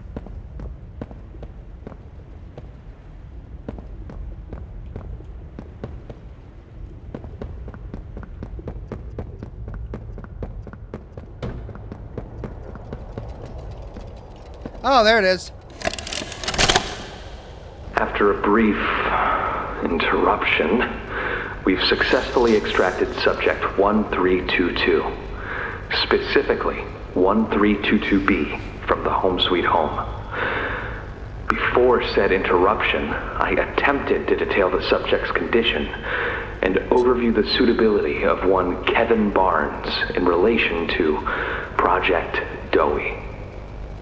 The neural abnormalities noted in Dr. Newman's report are detailed in connection to behavioral issues demonstrated within play care. Trouble getting along with others, aggressive and often confrontational social tendencies, and an otherwise combative nature clearly relay that Kevin is, put simply, a problem child. What friends he does have, he's reported to have attacked in moments of intense play. These tendencies raise concerns. The subject excels in all physical tests. Reflexes, reaction time, and mental fortitude all tested well above average in game station examinations. So, in spite of said concerns, in Dr. Sawyer's eyes, Kevin is ideal for the project. However, if his use in this particular experiment is to move forward, we need to ensure we're not creating a time bomb just as we've begun stabilizing the entire project. If we're to create an experiment that can fulfill multiple assigned roles, we can't allow any single consciousness to throw the others off. Even a simple misregulation of emotions means we have 900 pounds of dough that can shift however it pleases and can turn on even those it trusts, simply because it was overwhelmed by a stray feeling. Regardless, Sawyer's word is law, and subjects 1322A and C are to be gathered for processing first thing tomorrow morning. Thus, all we can do is plan our safeguards accordingly. Yes, that's all we can do. Oh, we just learned something about Doey, didn't we? Yikes. Good thing I have your imagination to give me shape. I can never make up my mind.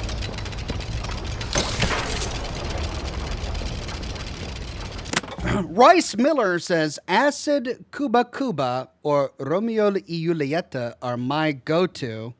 The thing with all of these brand names is that every single product they publish under the brand is going to be completely different. Romeo y Julieta, for example, is a wonderful brand with some extremely high-end cigars, but they've also got a budget version of their cigars that, they don't rate quite so highly. And if you look at Cigar Aficionado, you're going to see that it's been a very long time since Romeo y Julieta or even any of the Cuban seed tobaccos have ranked highly on Cigar Aficionado. So it comes down to a lot of experimentation. Read reviews. Cigar Aficionado is great. Find things that are highly reviewed, that are within your budget, and experiment.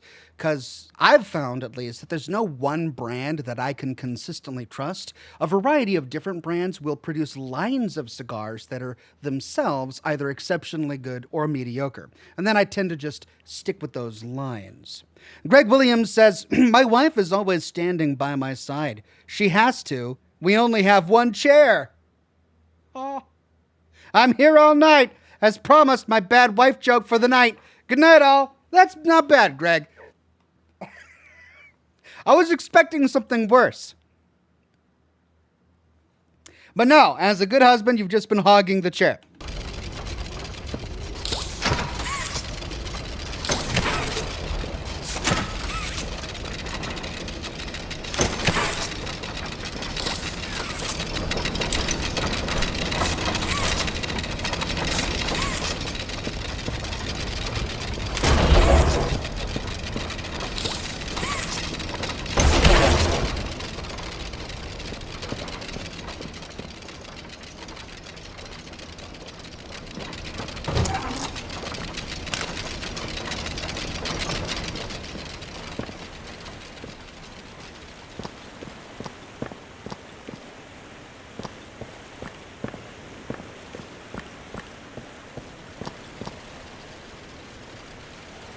Yeah, we've been here before.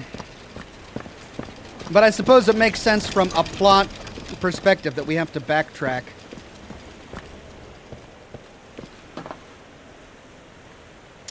In order to plant the bomb.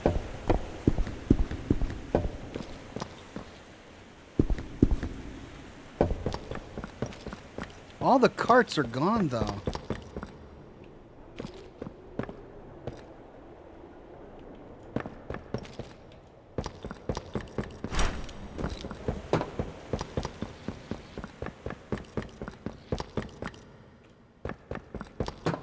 Yeah, they're all gone.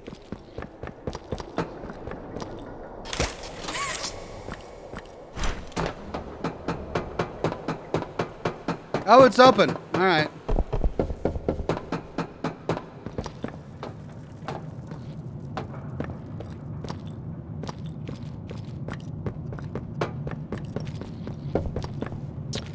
One stray emotion. Oh dear, Doey. Oh, was that the little sheep creature? Oh no. Ah, come on! Gather and plan for explosives.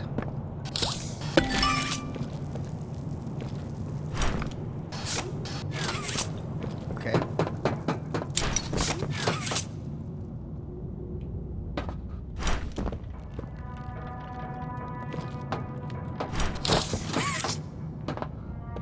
Oh,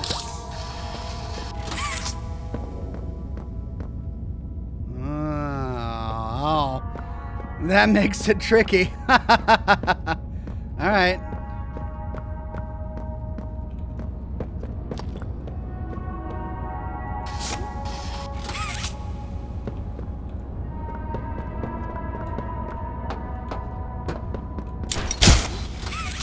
Oh, almost.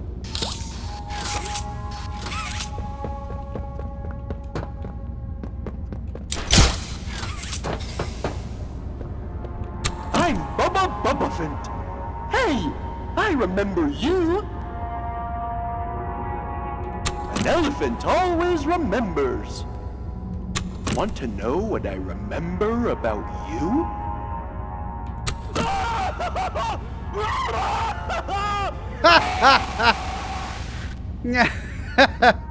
All right, blue tape. Blue tape. We got to find the blue tape. That's a purple key card.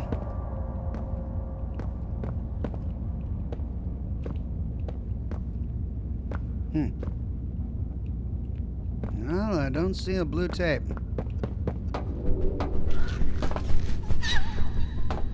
Oh,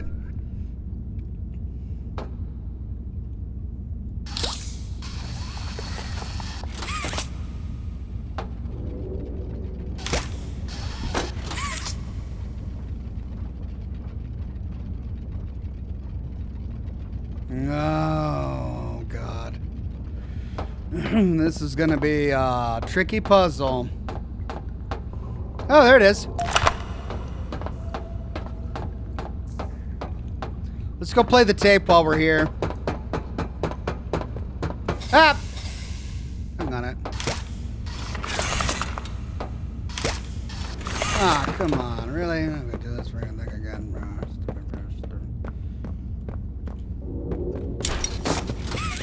Hold on. Before we do that, let's see what's over here.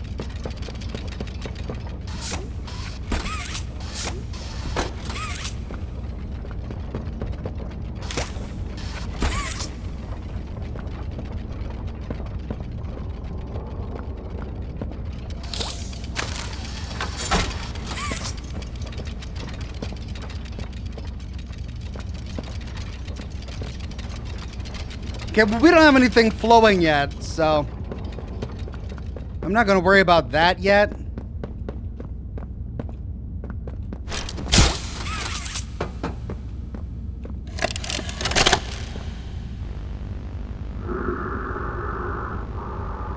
Sir, ma'am, I ask that you remain calm whenever you interact with the patient. He's only been awake a few days now. In many respects, he's still adjusting. Is that Is that him? Is that my boy? Yes, ma'am, it is. Oh, George! That's our boy! Jackie! Why does he look like that? What did you do to him? Stop it, George. Just stop. That's our son in there. Our son! Dear, look at it. That's not even human. Let's just talk to him. You'll see. Let's just go in there and talk to him. Can we? Can we talk to him? Yes, ma'am, you certainly can. Go on in, whenever you're ready.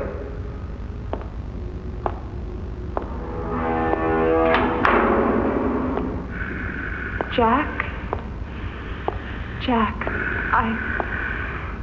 I want you to know, I'm so sorry. I've never forgiven myself for what happened. I've played it all back 1,000,000 times in my head, and I know there had to be something I could have done. I could have reached just a little further. I could have noticed a little sooner. I could have... But we have you back now. That's what's important. We can... Who are you? Jack? Honey, it's me. It's Mommy. Mommy? Yes. Yes! It's Mommy and Daddy. You remember, don't you? Leave me alone. Hey, you'll be okay, I promise. Mommy's only here to talk. No, I don't want to talk. Get out! Susan, I think we should leave. Jackie, I'm staying right here. I'm not leaving you, not ever again. Do you hear me? The gentle voices lie. I know what they do. They lie, and they poke, and they hurt. Susan, get away from me! Jack? Mommy won't lie to you, Jackie. Mommy won't hurt you. I'd never hurt you. Hey, open this door! Oh, God. Susan! Please, open the door!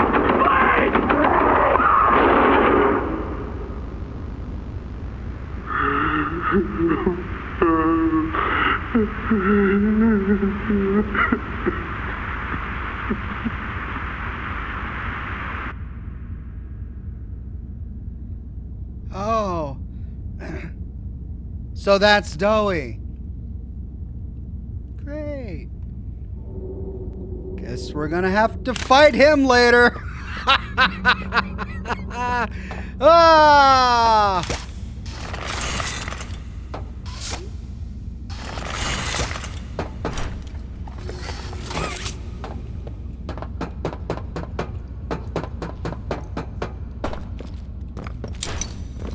Hey!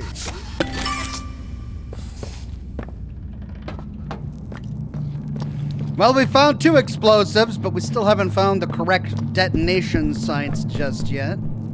Oh, we got blood. We got blood.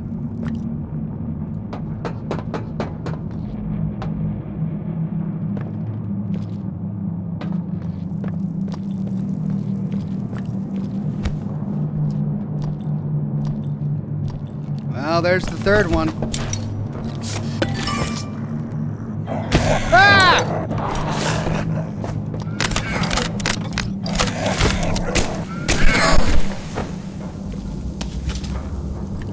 Hey, sheep!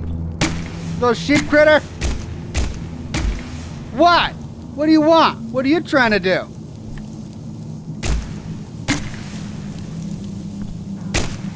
Bob, black sheep, my butt. You're a bad sheep.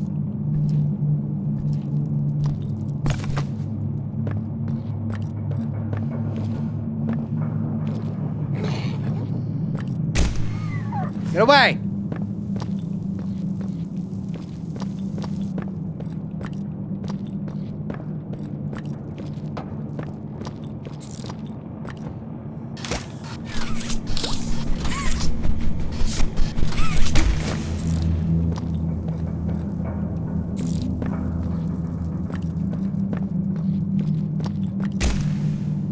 shoot liquid nitrogen canisters. Oh.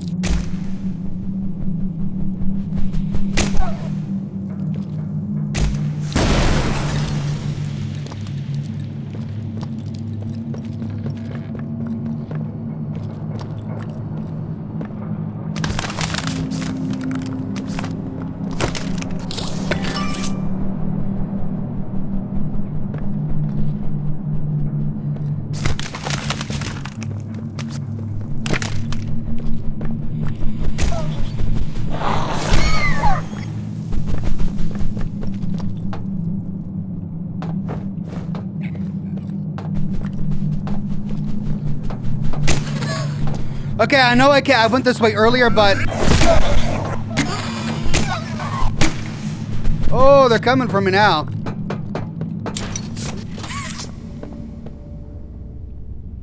Oh, they stay in the caves. Mary had a little lamb with a side of potatoes, says Amanda Peterson. That she did, Amanda. George says, hi, Ox, would you play Kingdom Come Deliverance 2? For me, it's one of the best RPGs I've ever played. I've heard great things. Perhaps I will at some point. All right, there's more I want to explore here.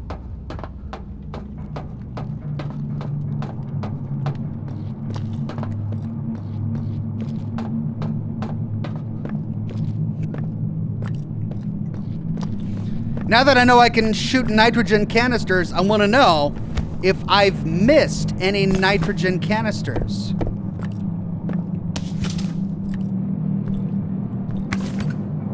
But it doesn't look like I have.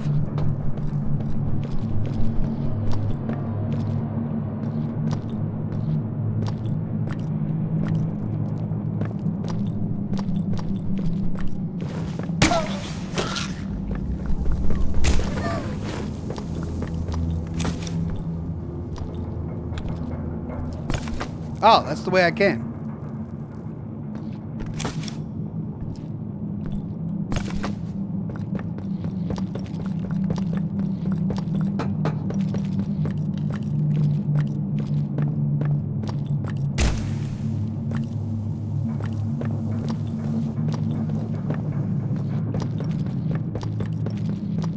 Okay.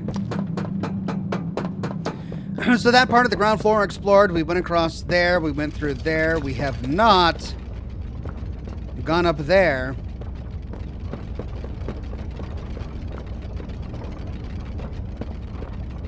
Let's do that now. Oh. X marks the spot. Which means...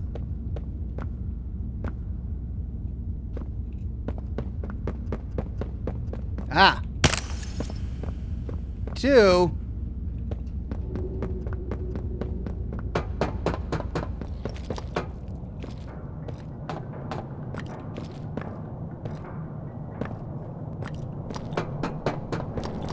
And that's the cave-in. Gotcha. All right, any more on the ground floor? Yep. 3. We have 4 now, though, don't we?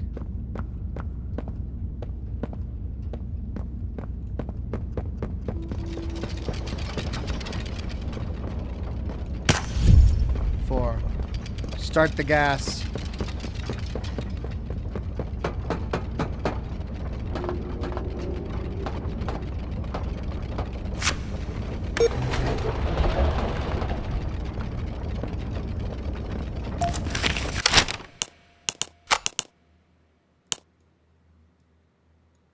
Foundation operator note.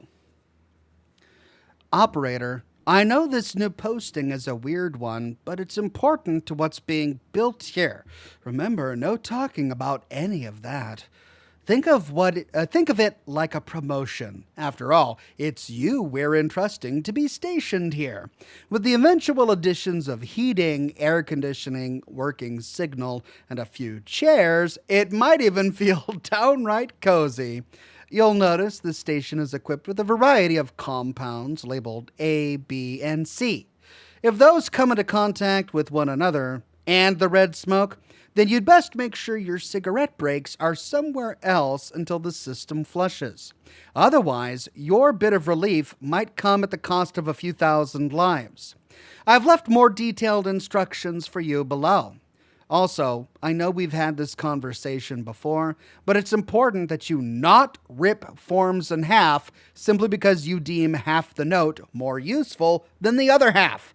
I have to believe you're better than a barbarian monkey man and that you can show some appreciation for yada yada yada. Snarky! Hold on, new cigar.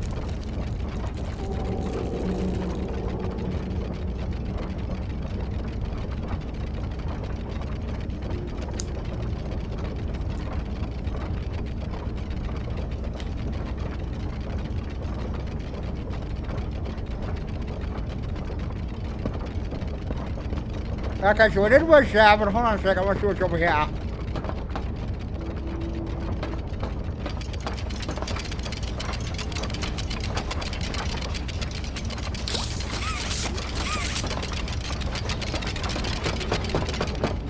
Okay.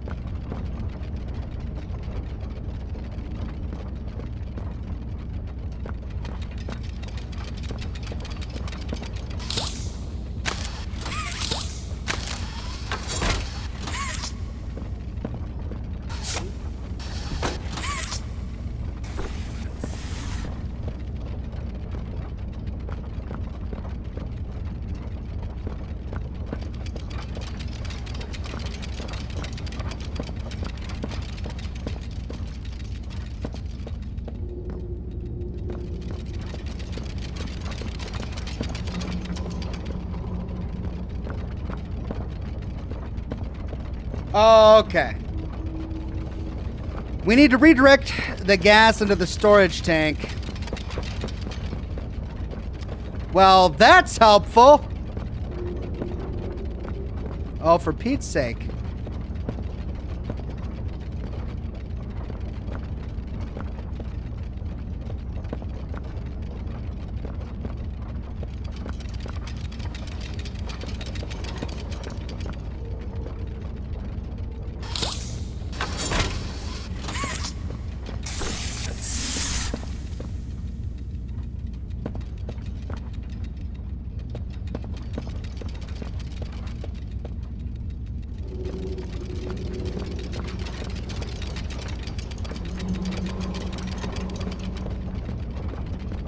And it goes out the door. All right, so...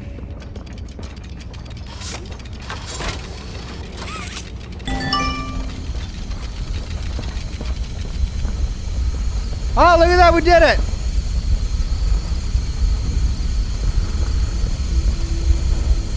Oh, that was easy.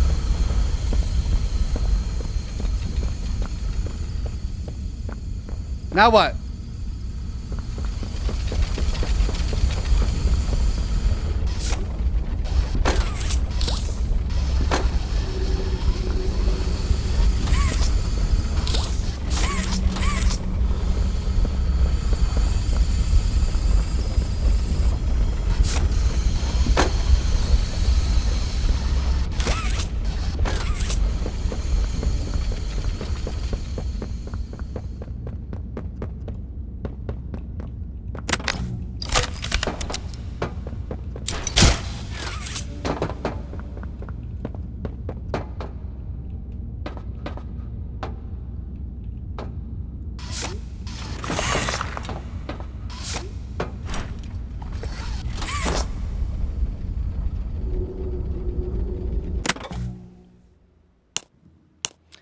Redirect the gas into the storage tank.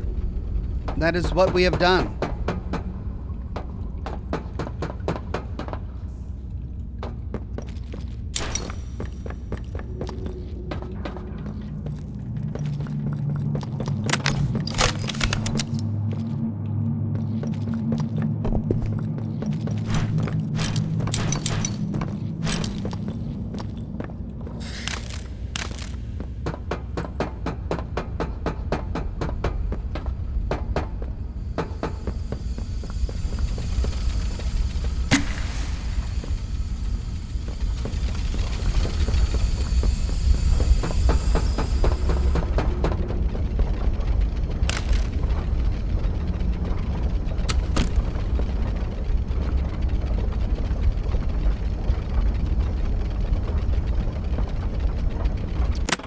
Jersey says 42 months. Where does the time go? Less than 2 weeks, and we get new season of Fallout 76 and playable ghoul. Yay balls!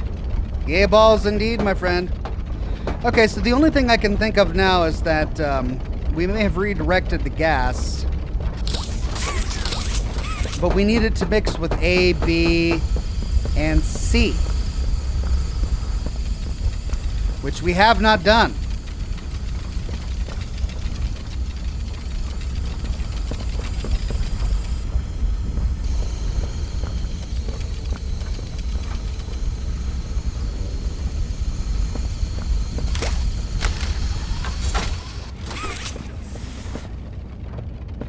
There it mixes with B.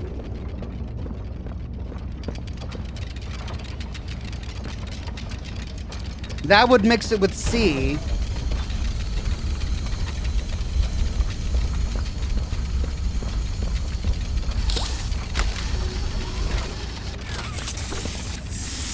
That mixes it with C.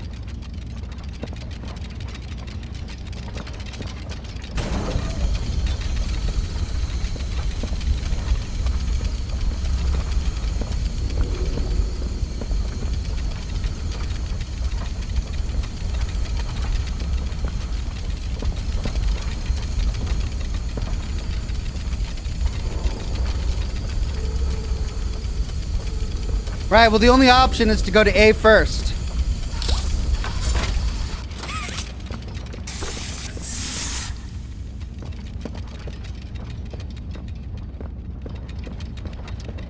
Then, we need to mix it with B. So it's not that. It's not that. That goes back to A.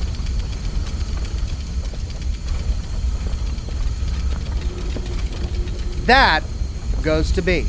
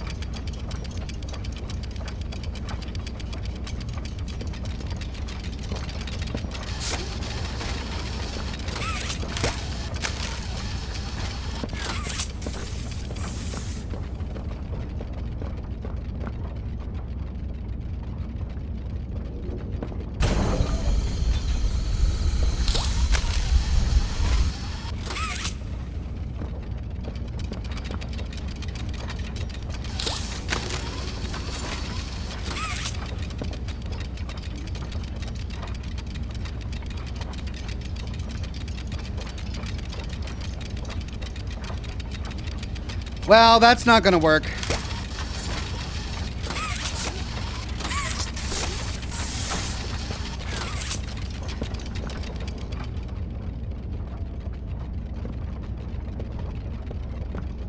Because that goes back. So if we do that, it goes down, but we need to go through a blue pipe, so it can't be that. It can't be that. Can't be that. Could be that. That goes to C.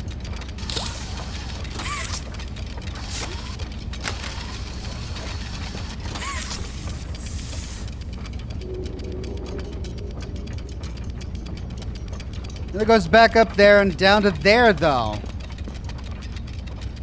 If we do that, we miss on C. So we gotta come down there. Which means we go up through A and then we go up there. That's gonna take us... Nope, that doesn't work. It bypasses C. No, it doesn't. Oh, because it comes back. I see. It comes back and hits C last.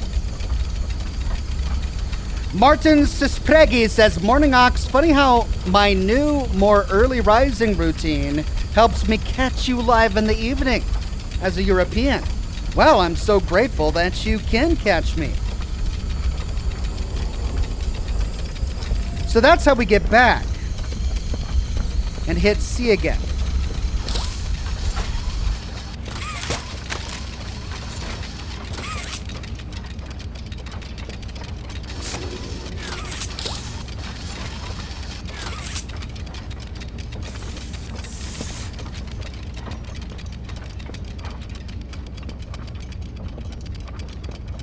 Well, that's the only way to hit B. So we have to go up there.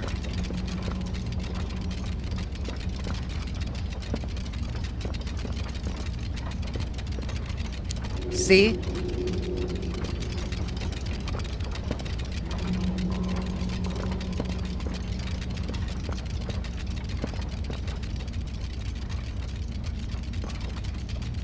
But we need to hit A.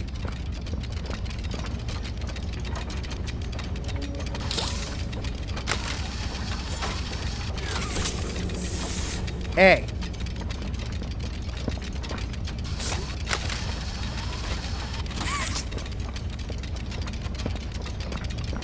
And there it is.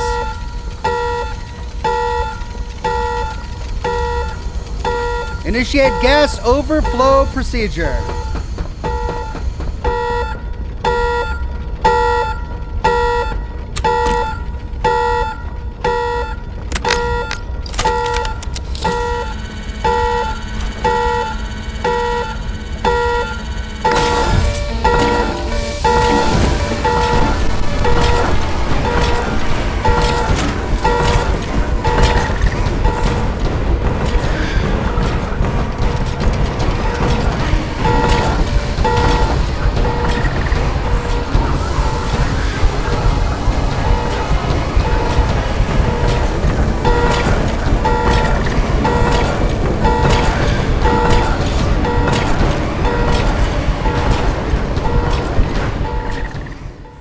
Fix the door?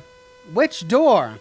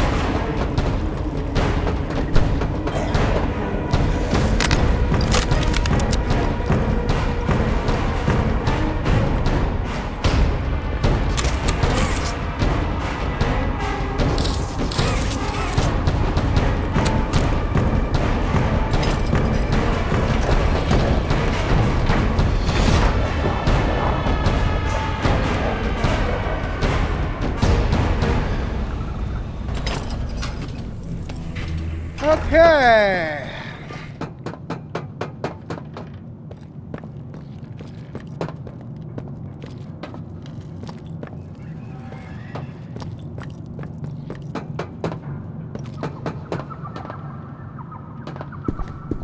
Oh. The prototype. I lost track of him in the tunnels. Have you seen him? Was he at the Foundation? Or was he... What? What's going on? I let him away, didn't I? The generator's fine. It's... Oh, no. Whoa! Return to safe haven? What do you mean? Oh no! Doey!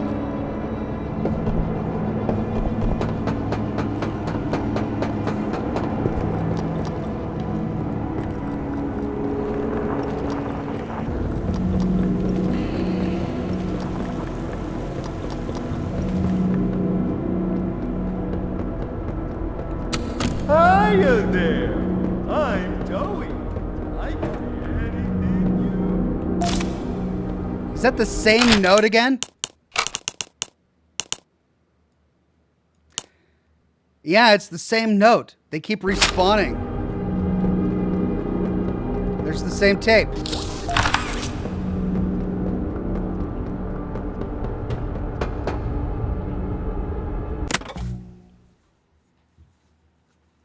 Andre 300 says, Aox, good to see you. Will you be playing Obsidian's Avowed? I saw a few videos, trailers for it, and I saw some screenshots, and it doesn't exactly look like my kind of game. Maybe someday, but at the moment, it's not high on my priority list.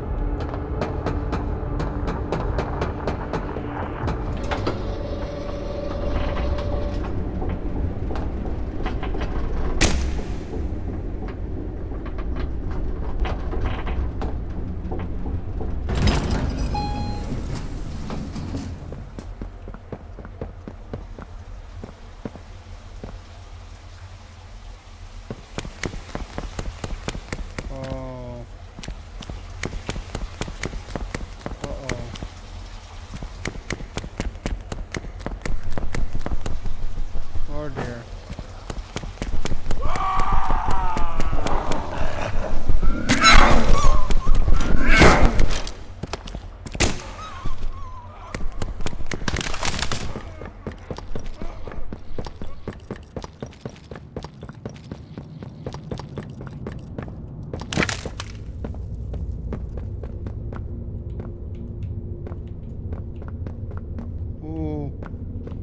Oh no. Oh no! Oh, what happened? Sorry. I'm so sorry. I failed you. I was never what any of you needed. I was only made to hurt things. My fault. My fault. Hurt. Everything hurts. Hurt back. Always hurt back. Parents, scientists, everyone have to. My friends. He killed my friends. I recall the video we just learned about how he responds to extreme emotional stimuli, and I'm worried now. You. Yep! It all started with you. You and her. It was you who ruined everything! No, that's not true. They jump-started the generator. They destroyed everything! I'll kill you!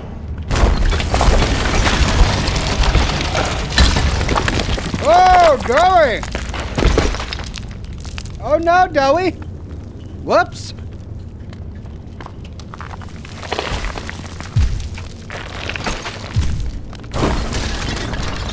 Ha! Ha! Okay. All right.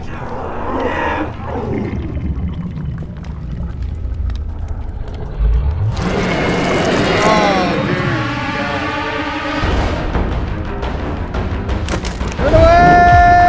Run!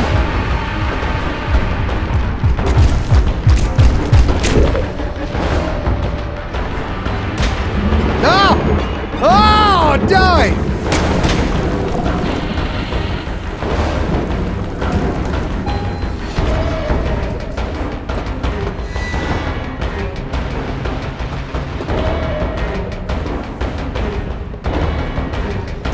is it? Where is it? It's gone!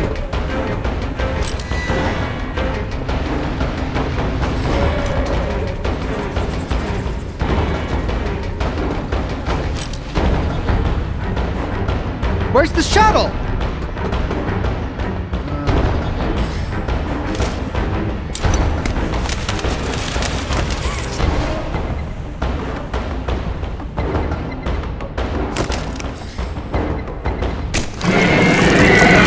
Oh, come on! I just turned around. I barely had time. I didn't even see him there. And of course he's there waiting for me.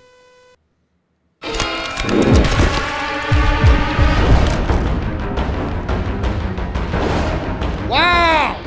Wow!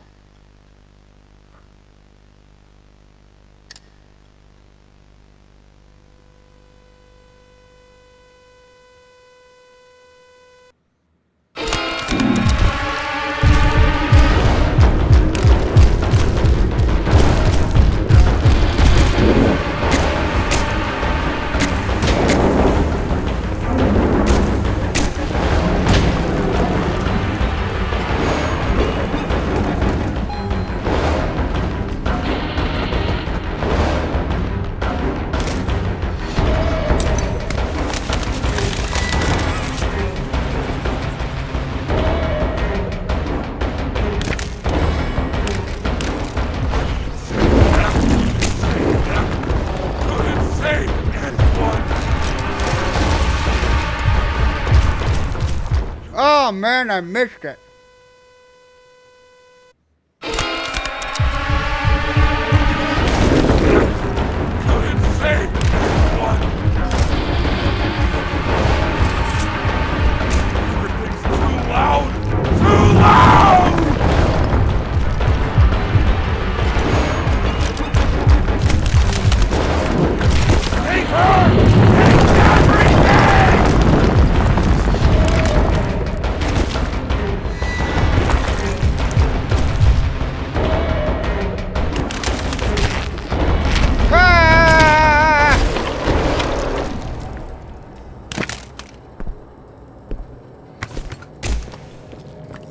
Doey!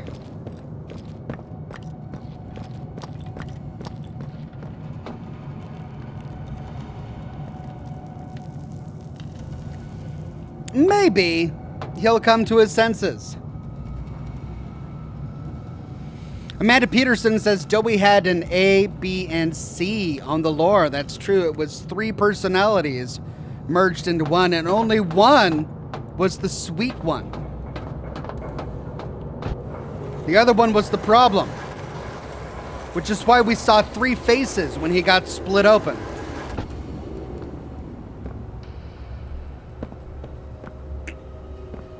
That's a lot of gas.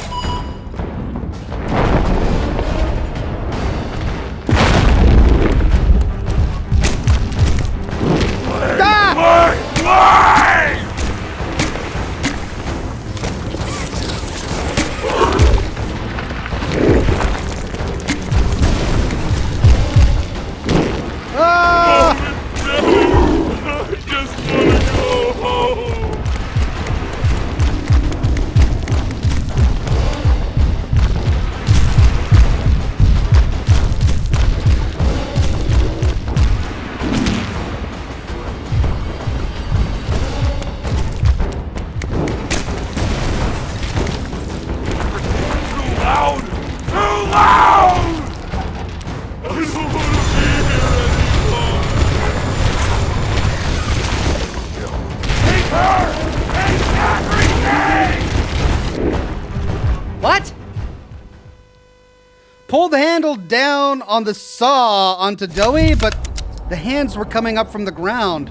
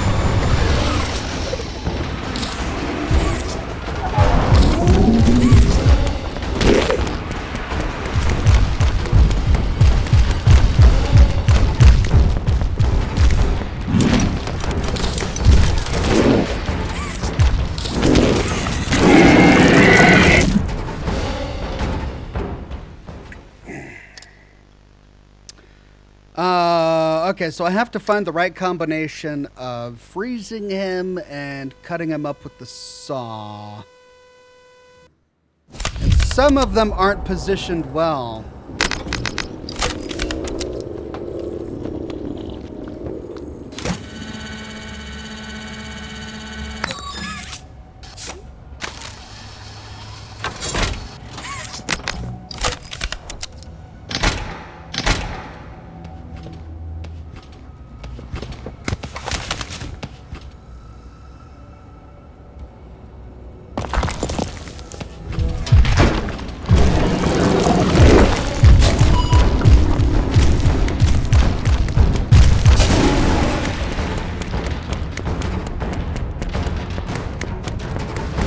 So this one won't work because he won't be frozen.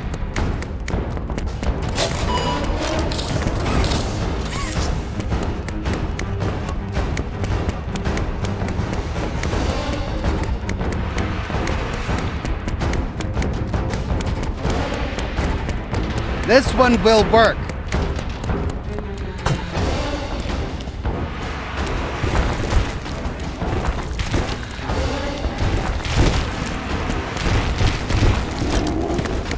What?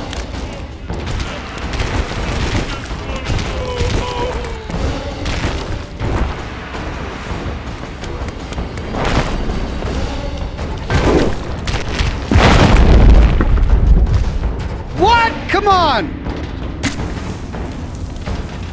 Whoa, whoa, whoa, whoa, whoa, what?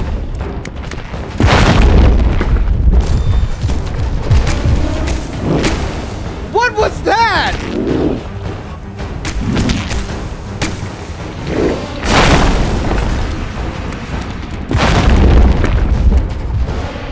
What the heck? Oh my God!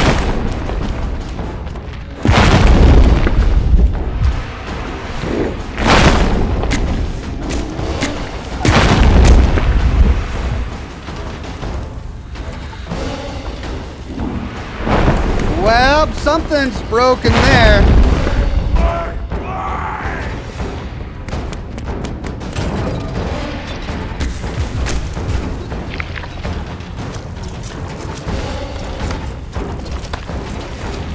What is going on?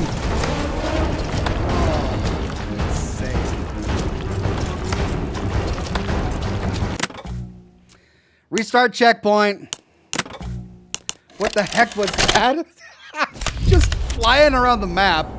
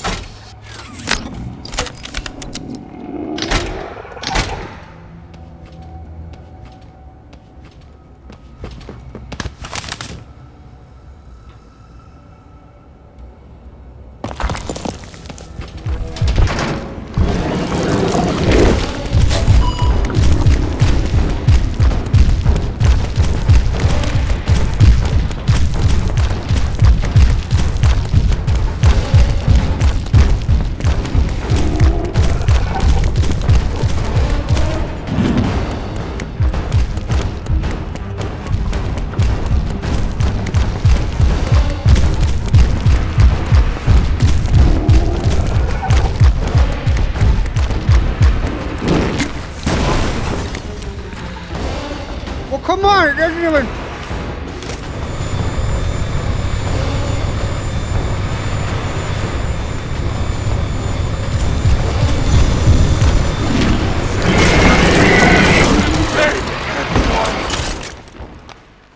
I need to freeze him directly underneath the buzzsaw, but it doesn't work like that. Like, I would need one of the nitrogen containers directly underneath the buzzsaw.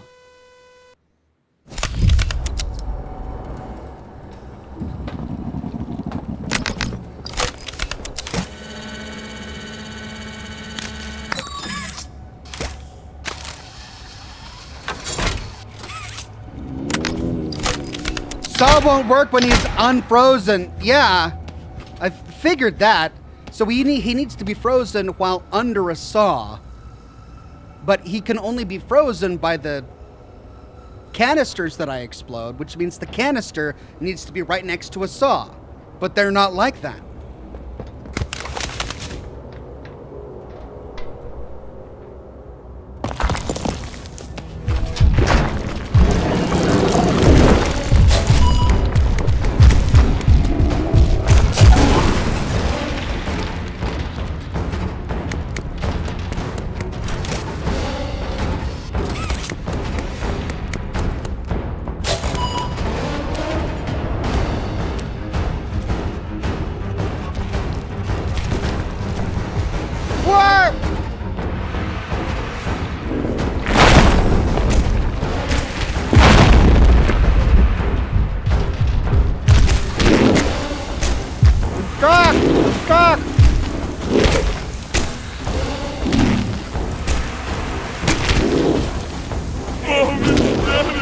Oh my god.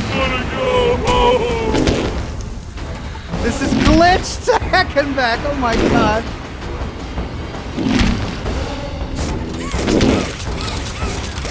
Hey, there we go.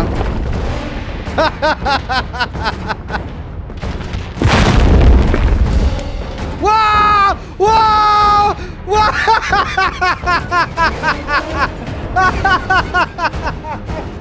Oh my god, what the heck is going on?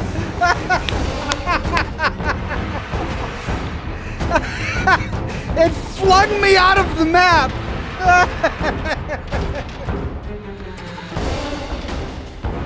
Will I fall down?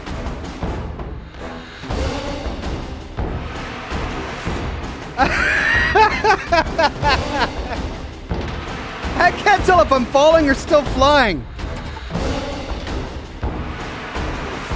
Alright, so the glitch happens after the first time he gets frozen, which means I need to freeze him and cut him in one go the first time. Which means I need to find the right combination. I have to find a canister right next to a buzzsaw, because that's the only combination that's going to work. If I freeze him too far away from the buzzsaw, I can't cut him. If there's no canister next to a buzzsaw, he doesn't freeze and I can't cut him. So that's what I have to look for.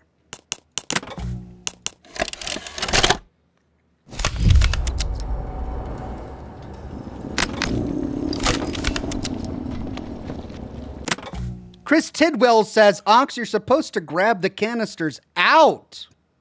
And he walks over them and you shoot your flare gun at it. While he's frozen, you use the buzzsaw. Oh! Oh, I'm supposed to move the canisters. So I've been glitching it by not understanding. How was I supposed to figure that out? I figured the thing shoots out from the side and I shoot it. But now I can move them by picking them up? Oh.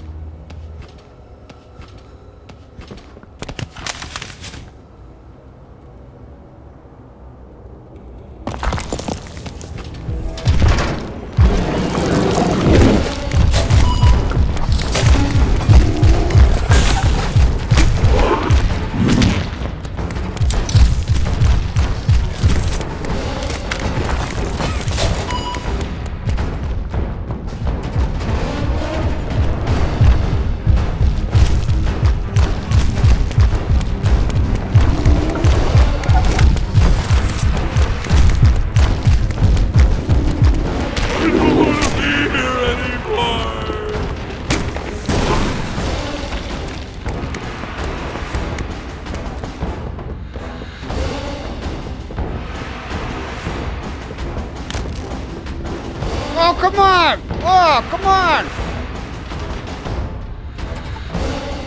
Yeah, after the first time the camera gets wonky, I'm currently stuck in the ceiling.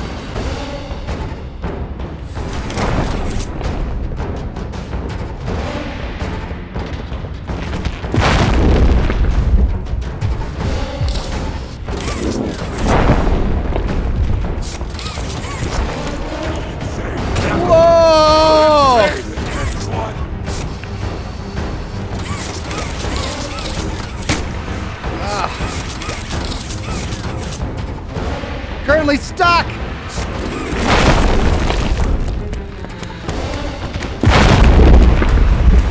Whoa! I got...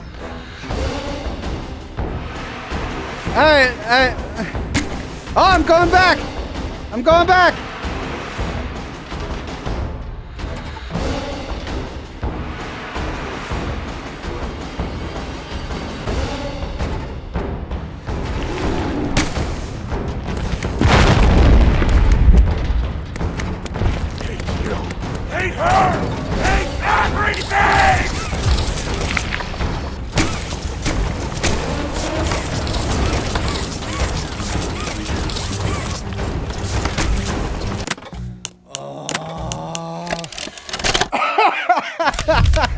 How am I supposed to do this?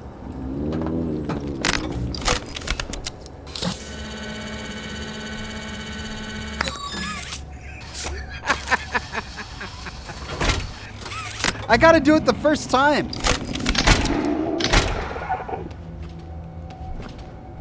Alt Grendel says this should be a short.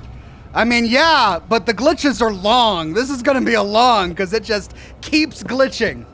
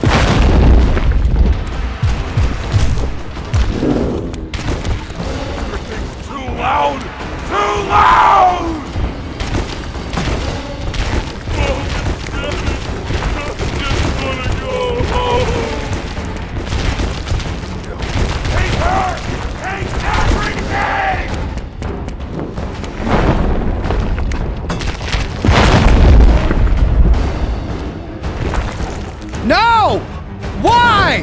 Why? Come on, man.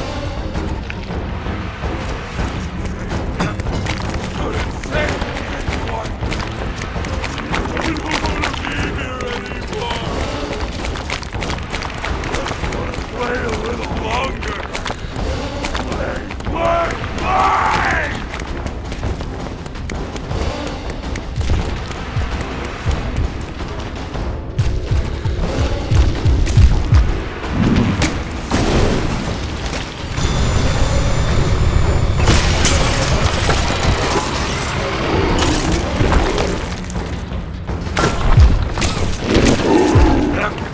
Couldn't save anyone. I gotta do it again? I gotta do it again? Too loud! Too loud! I don't want to be here anymore. Just want to play a little longer.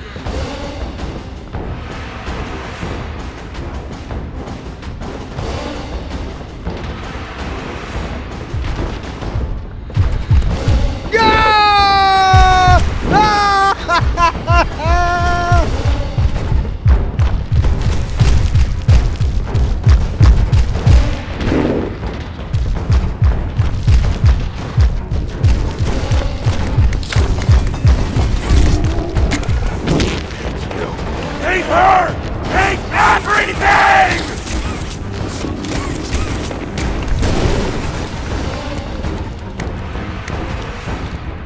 Well, now I can't do that.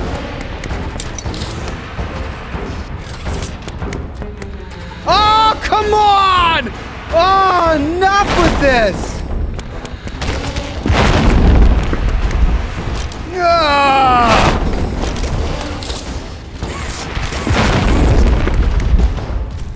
Keith's sake!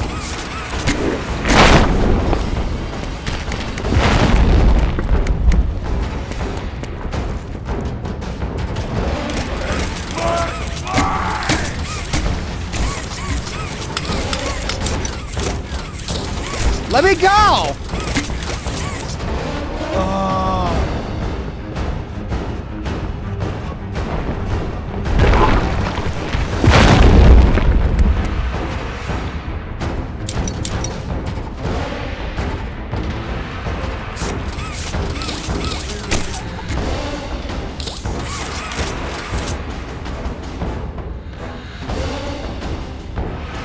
Oh, I'm stuck!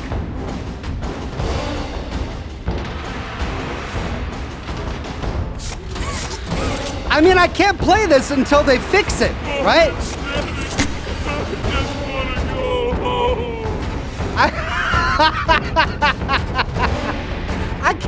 I can't play it until they fix it.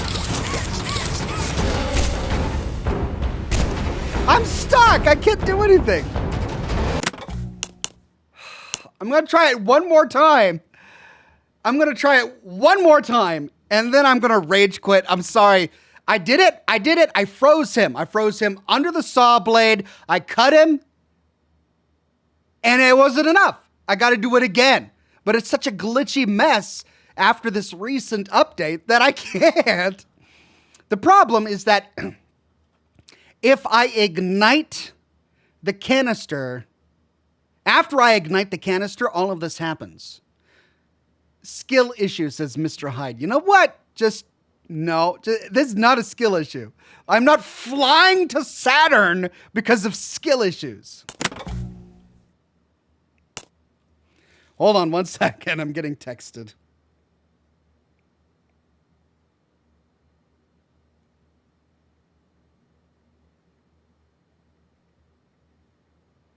All right. Calling it a skill issue. Quit and restart, Ox. All right. It's worth a try. The new guy says, try restarting the game. Yeah, it's worth a try. I'll restart the game completely. Today, small update, patch notes. Let's see, did they patch anything to the fight? Addressed multiple collision issues where players could get stuck or moved out of bounds during the Doey boss pit boss fight. Well, fail. Didn't fix it, guys. I have the update installed, and we're still having this problem. Fixed an issue where an invisible shield was preventing Doey's barrage attack from reaching the player. Well, that reached me. Wow, a lot of the bugs that they fixed were related to Doey's fight. Added additional effects to better highlight which of Doey's heads to target during the tendril grab attack. Updated Doey's behavior when transitioning to ranged state with a canister launched in his body. Made Doey's burrow more obvious and showing its effect before he burrows out. So they did a lot of surgery to this fight in the most recent update. They changed a lot of things, but clearly they didn't QA it well enough. Addressed several issues that were preventing Doey from chasing the player in the pit. Is there anything on here that says fixed a problem shooting the player character to a completely different galaxy during the Doey boss fight? No. Fixed an issue that could cause players to lose their right hand during the Doey boss fight? Wow, I guess we've got it good. There were a lot of things that went on that they fixed. Tuning and balance pass for Doey. Fixed an issue where Doey started chasing the player while the loading screen was displayed. Adjusted the player crawl speed during the Doey chase scene. Wow. Fixed an issue where Doey would not throw the lever off the tower. Okay, I think that's for something else. Well, yeah, it's an issue with the latest patch. I'm gonna try again. It's like they fixed a dozen things and then broke a dozen more.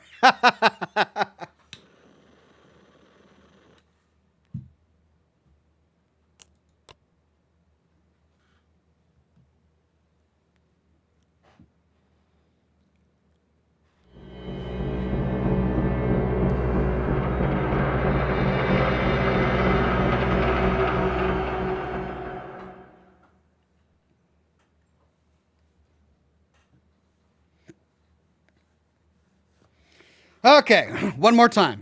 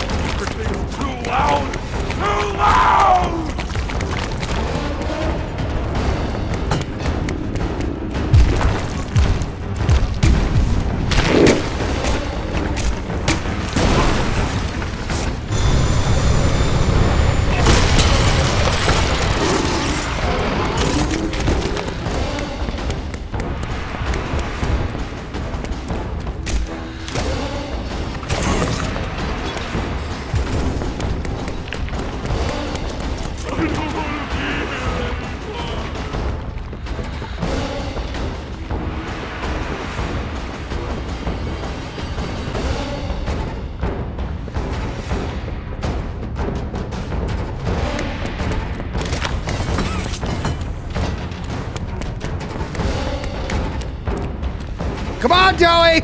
I've done 2! 1 more!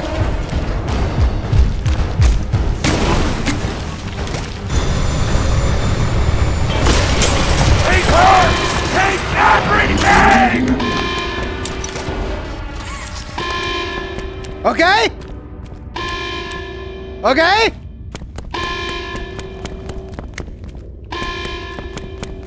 If you fly me to Saturn, I swear to God.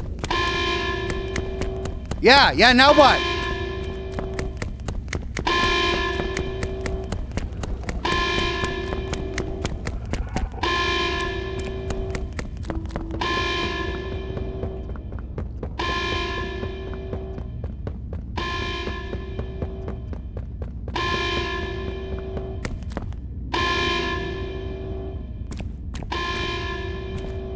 Go to the green light, I guess.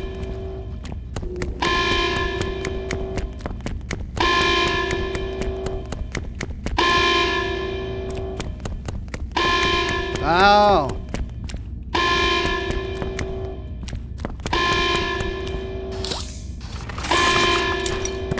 I can't get over there. All right. I guess I need to go around.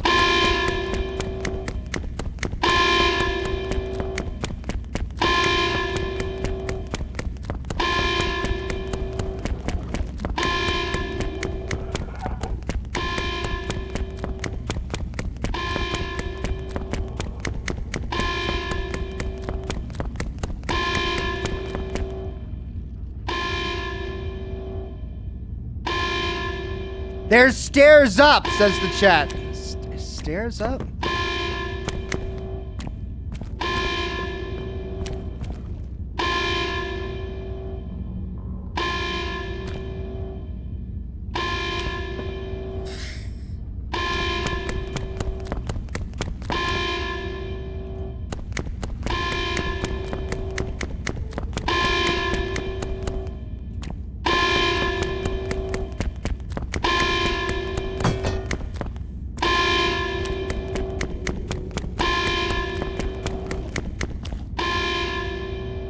Tunnel that goes up. Yeah, there's 3 tunnels that go up. I went through that one last time. Let's go through the first one.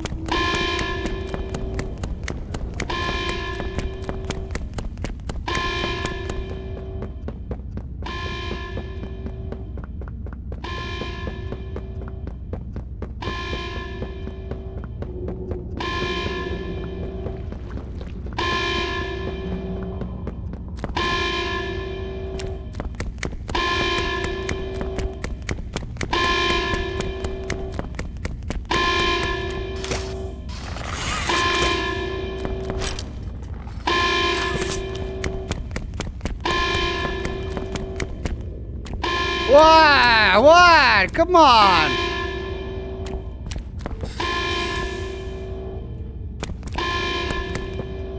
Let's try the middle one now.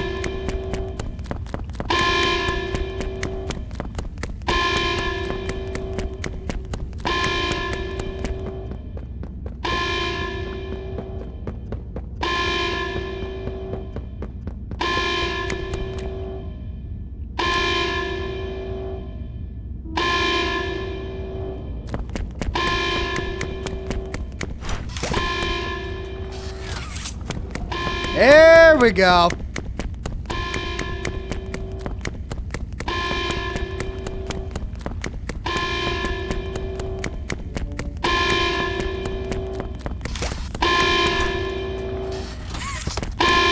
Ah ha ha ha ha.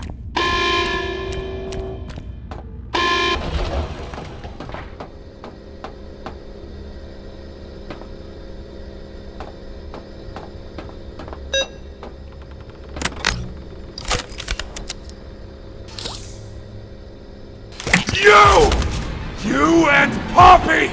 It's all your fault! Want to kill you! Kill everyone who hurts me! Rip you to little pieces!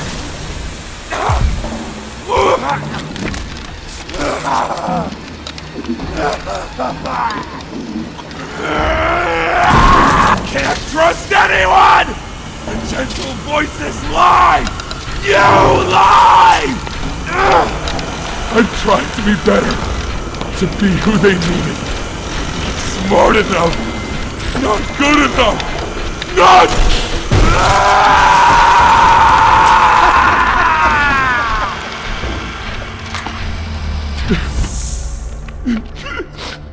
I'm sorry. I'm sorry. Yeah, it's all right. You're dead. It's all right, Doey. Doey's dead. Right, where was I?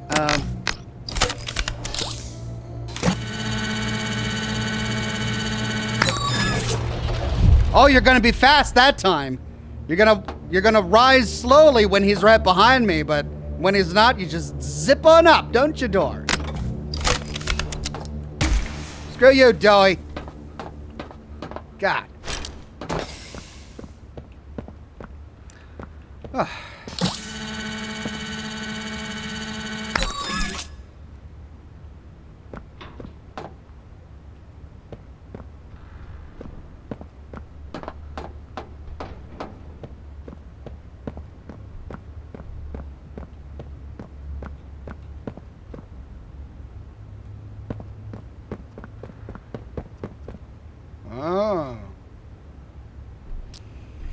Red.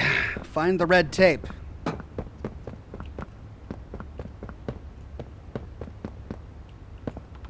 Okay, I bet it's in the room. Or maybe in the back of one of the trucks. I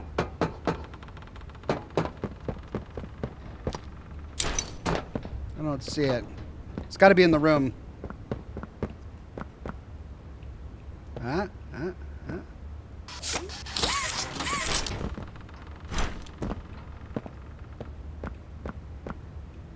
Okay, where's the red tape?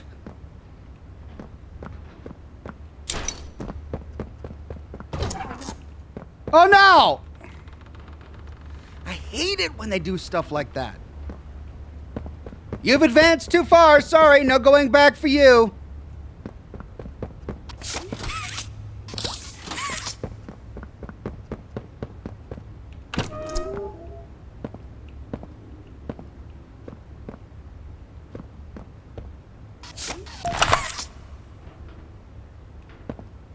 A hug a day keeps the monsters away.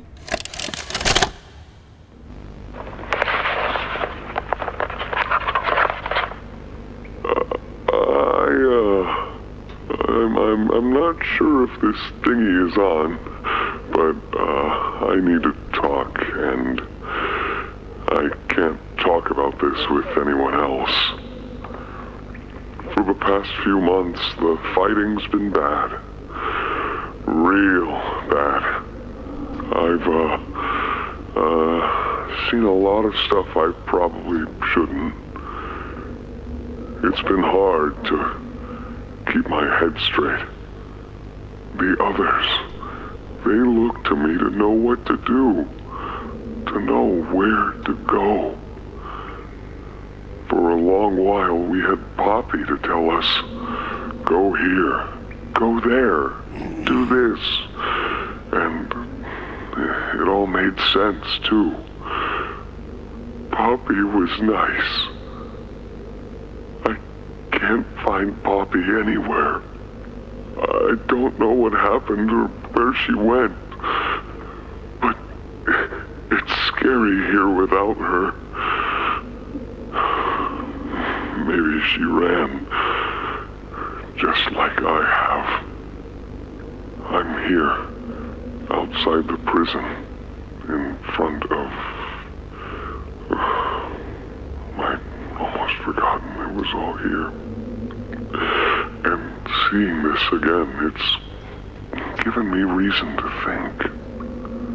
I could make for the exit. It's all I'd wanted for the longest time. But there are others inside. Others that aren't like me. They're hungry and scared like I am, but they're not me. They can't go where I can. But they mean a lot to me. A lot more than I thought they did. And having seen what I have, knowing how they see me, how much they need me.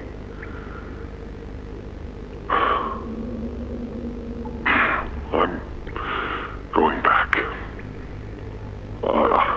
I wanted to make this in case I ever doubt or forget that. Just play this and remember. Yeah. Yeah. That's all. See ya. Of course they gotta give us that after we kill Doey.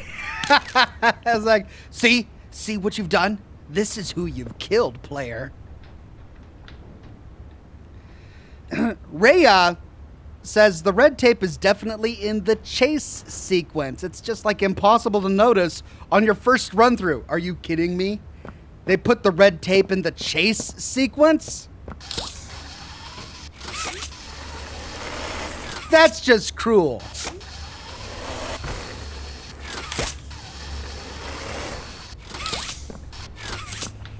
Cruel.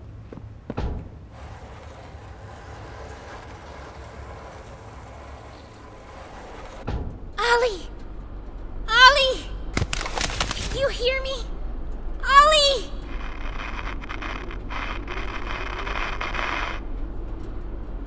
You! What did you do? Why did you kill Doey? Do you even understand what happened? The prototype, Did you even plant the explosives? Ollie! Ollie, answer me! Please.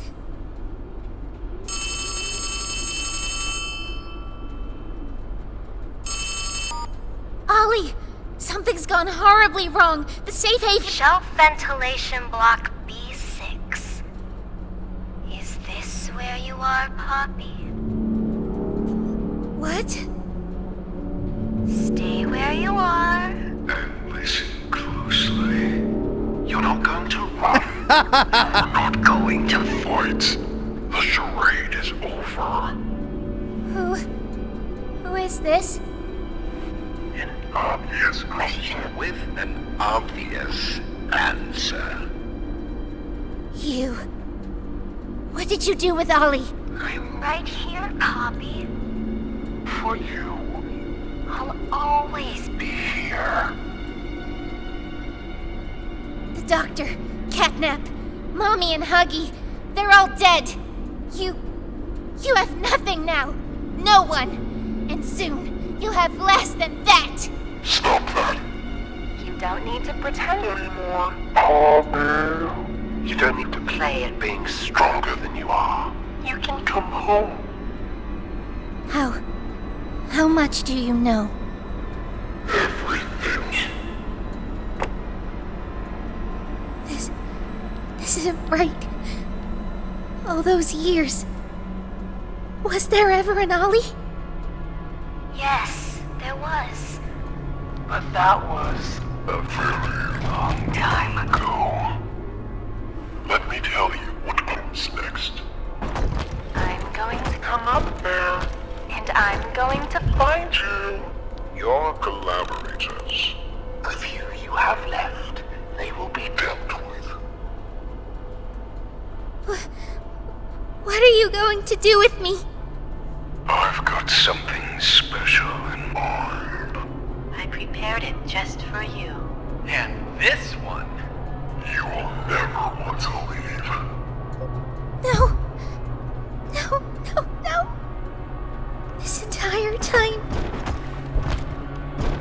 This entire time, you've lied to me! Only because you've kept Missing the point. I've taken the liberty of retrieving those explosives from the Foundation. Thanks for collecting them. those, by the way. I've put them to good use. I admit, though, I'm disappointed. After all that time in your case, I'd hoped you'd see things differently. Don't you understand? It's always been about you And we'll harm you. What we are. That's not a truth that can be burnt away. No, not when it can mean so much more. Prototype. Please. It's time to come home. Poppy. It's time to come home.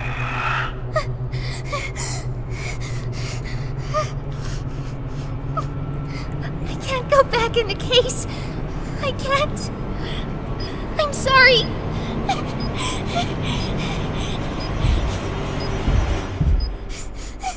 There she goes. Some friend, huh? Don't worry, I'll find her. As for you two, try to land on your feet.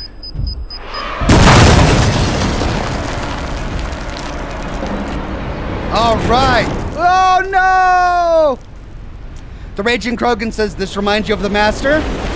Yeah. Funny, we were just having that conversation about enemies that have multiple voice dialogues and how cool that was with the Master. That's taken right out of the Master's playbook. Oh, she lost her arm. New objective. Oh, Poppy, she just ditched us. Poppy, what the heck?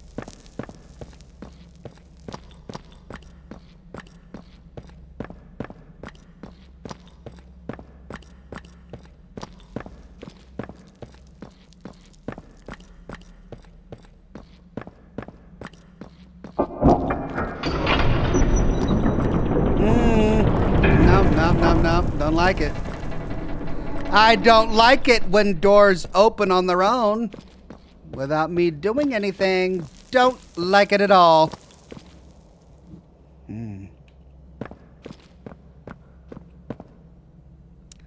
Well. Hydroponics. Oh no, they're poppies. Fields of poppies. Okay. Well, what's that supposed to mean?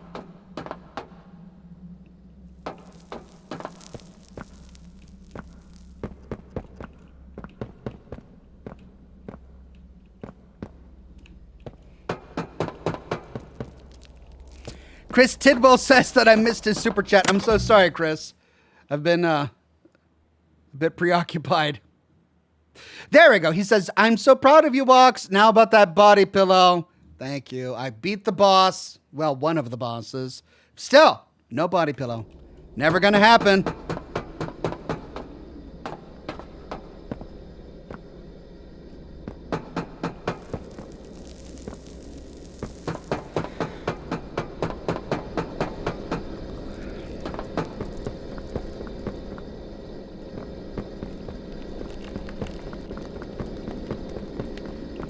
You know they gotta hide something in here.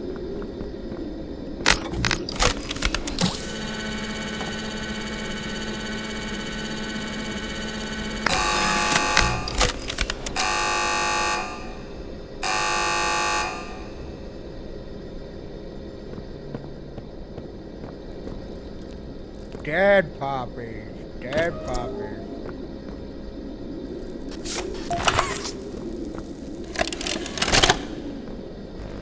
Hi, my name is Leith Pierre, and I'm the head of innovation here at Playtime Co.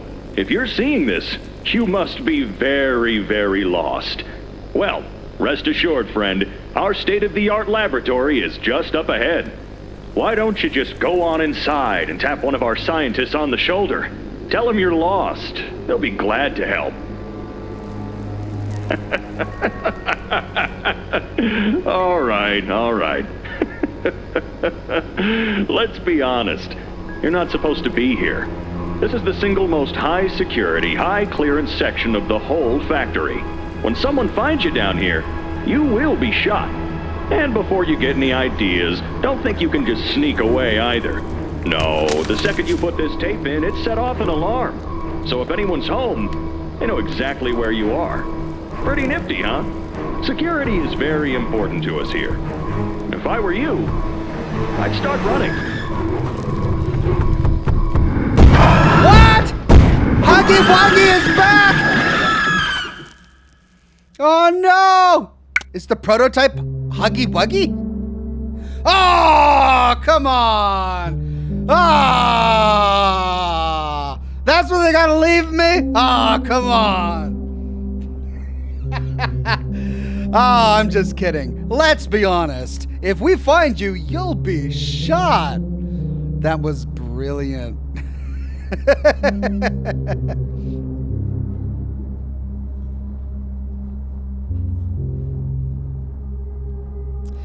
Clell Biggs put it really well. He says, this game is so close to greatness. It really is. There's so much about it that's so exceptionally well done. The tone of the humor is so great. It's got a Fallout sarcasm to it, which is just hilarious. The way they do the tapes just adds that extra touch. And yet there are the bugs, and there are some of the weird solutions to the puzzles and the not so obvious ways of proceeding sometimes. It's very close to greatness.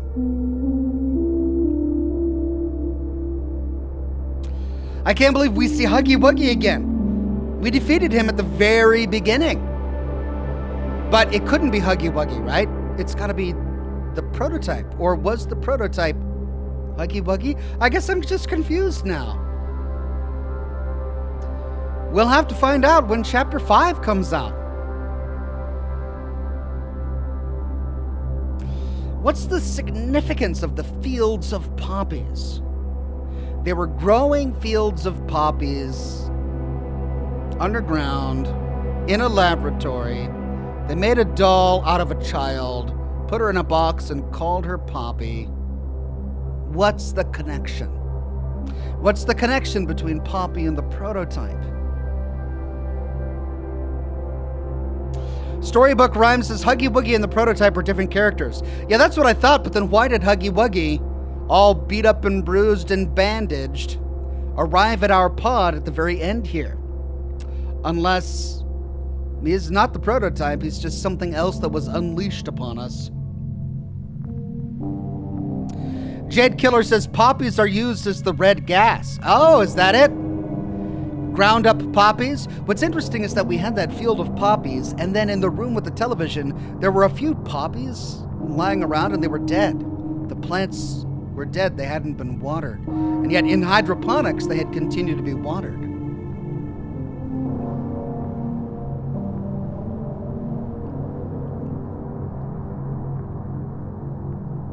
Chapter 3 explains the red gas, says Amanda Peterson. It's been so long, I don't remember. Either that or I didn't get to that because I didn't bother defeating Catnap. I rage quit after that. Well, Chapter 4 came out to mixed reviews. And honestly, I think that this chapter is very much in line with the previous chapters of Poppy Playtime. Perhaps the mixed reviews are due to the price. It was a really expensive chapter. I mean, if the 5th chapter is the last one, by the time this game is done, when everything is put together, it's going to be over a $60 game. Really expensive for a game like this. Still, it's a lot of fun. I mean, I can't deny that I'm really enjoying myself. And this chapter, really the only issue is the bugs. And that boss fight with Doey wasn't the only situation where we had bugs. Remember when we were in that labyrinth and we couldn't solve it because our hand couldn't reach the plug that we were supposed to unplug because the plug was on the other side of a door? We actually had to reload a checkpoint for the plug to go back to where it was supposed to go so we could grab it and stretch it across. So there are just a lot of little bugs like this. And, to their credit, they're continuing to release patches that address the bugs. But clearly, they haven't fixed them all.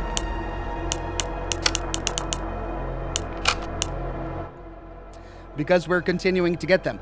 That said, the tone was right on point with all of the other ones, and many of the puzzles were a lot of fun. And exploring this underground facility is really the highlight of the game.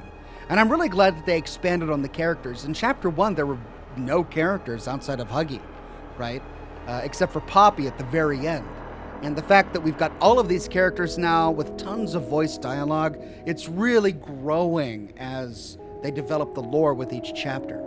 So, I don't know. I don't think it really deserves a mixed review. I would call it good. I would call it good. And once they fix the bugs, I'd call it very good. Clell Big says, I have a feeling the bugs are the main reason for the mixed reviews. That would be my main reason for not reviewing it so highly, is the bugs, because everything else has been pretty on point. Right, well, that's it for me. We did it. And that's about 3 hours. I'm not going to bother starting something now. I'm going to use the time to work on my new lore video for the weekend. So thanks, everybody, for coming out to Scotch and Smoke Rings. I appreciate it. Haven't decided what I'm going to replace Chapter 4 with for next week during Scotch and Smoke Rings. So if you've got an idea for a good, well-reviewed, fun horror game, be it a walking simulator or something more hands-on, let me know in the comments. Give me your ideas. I'll go through them before next week and pick something that's going to be a lot of fun. Vicky T says, I think Doey was made to seem a villain to distract you from Poppy. She knew detonating the gas would kill the toys and didn't care because she doesn't see them as children to be saved anymore. She's hiding out an event.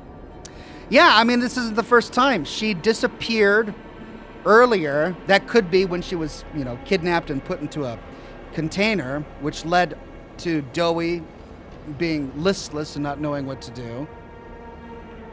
The problem with Doey is he only had one mind that was actually working. There were 3 children in that creature. Only one of them had had a well-adjusted mind. And, it's an awful experiment that was done. And can we really blame him for being what he is? No, we can't. But then again, we also can't allow ourselves to be killed by him. So we had to do what we had to do. Belmyra says, that was a lot of fun. Thanks, Ox. You're welcome, Belmyra. That was a lot of fun. Alt Grendel says, it means the Emerald City is close. Is that what it means? Well, with that, I'm going to let you guys go. Have a wonderful rest of your night. I'm going to get some well-needed sleep and get back to hard at work on my new lore video in the morning. Have a wonderful night, and I'll see you soon with more lore videos and more live streams. Bye-bye now.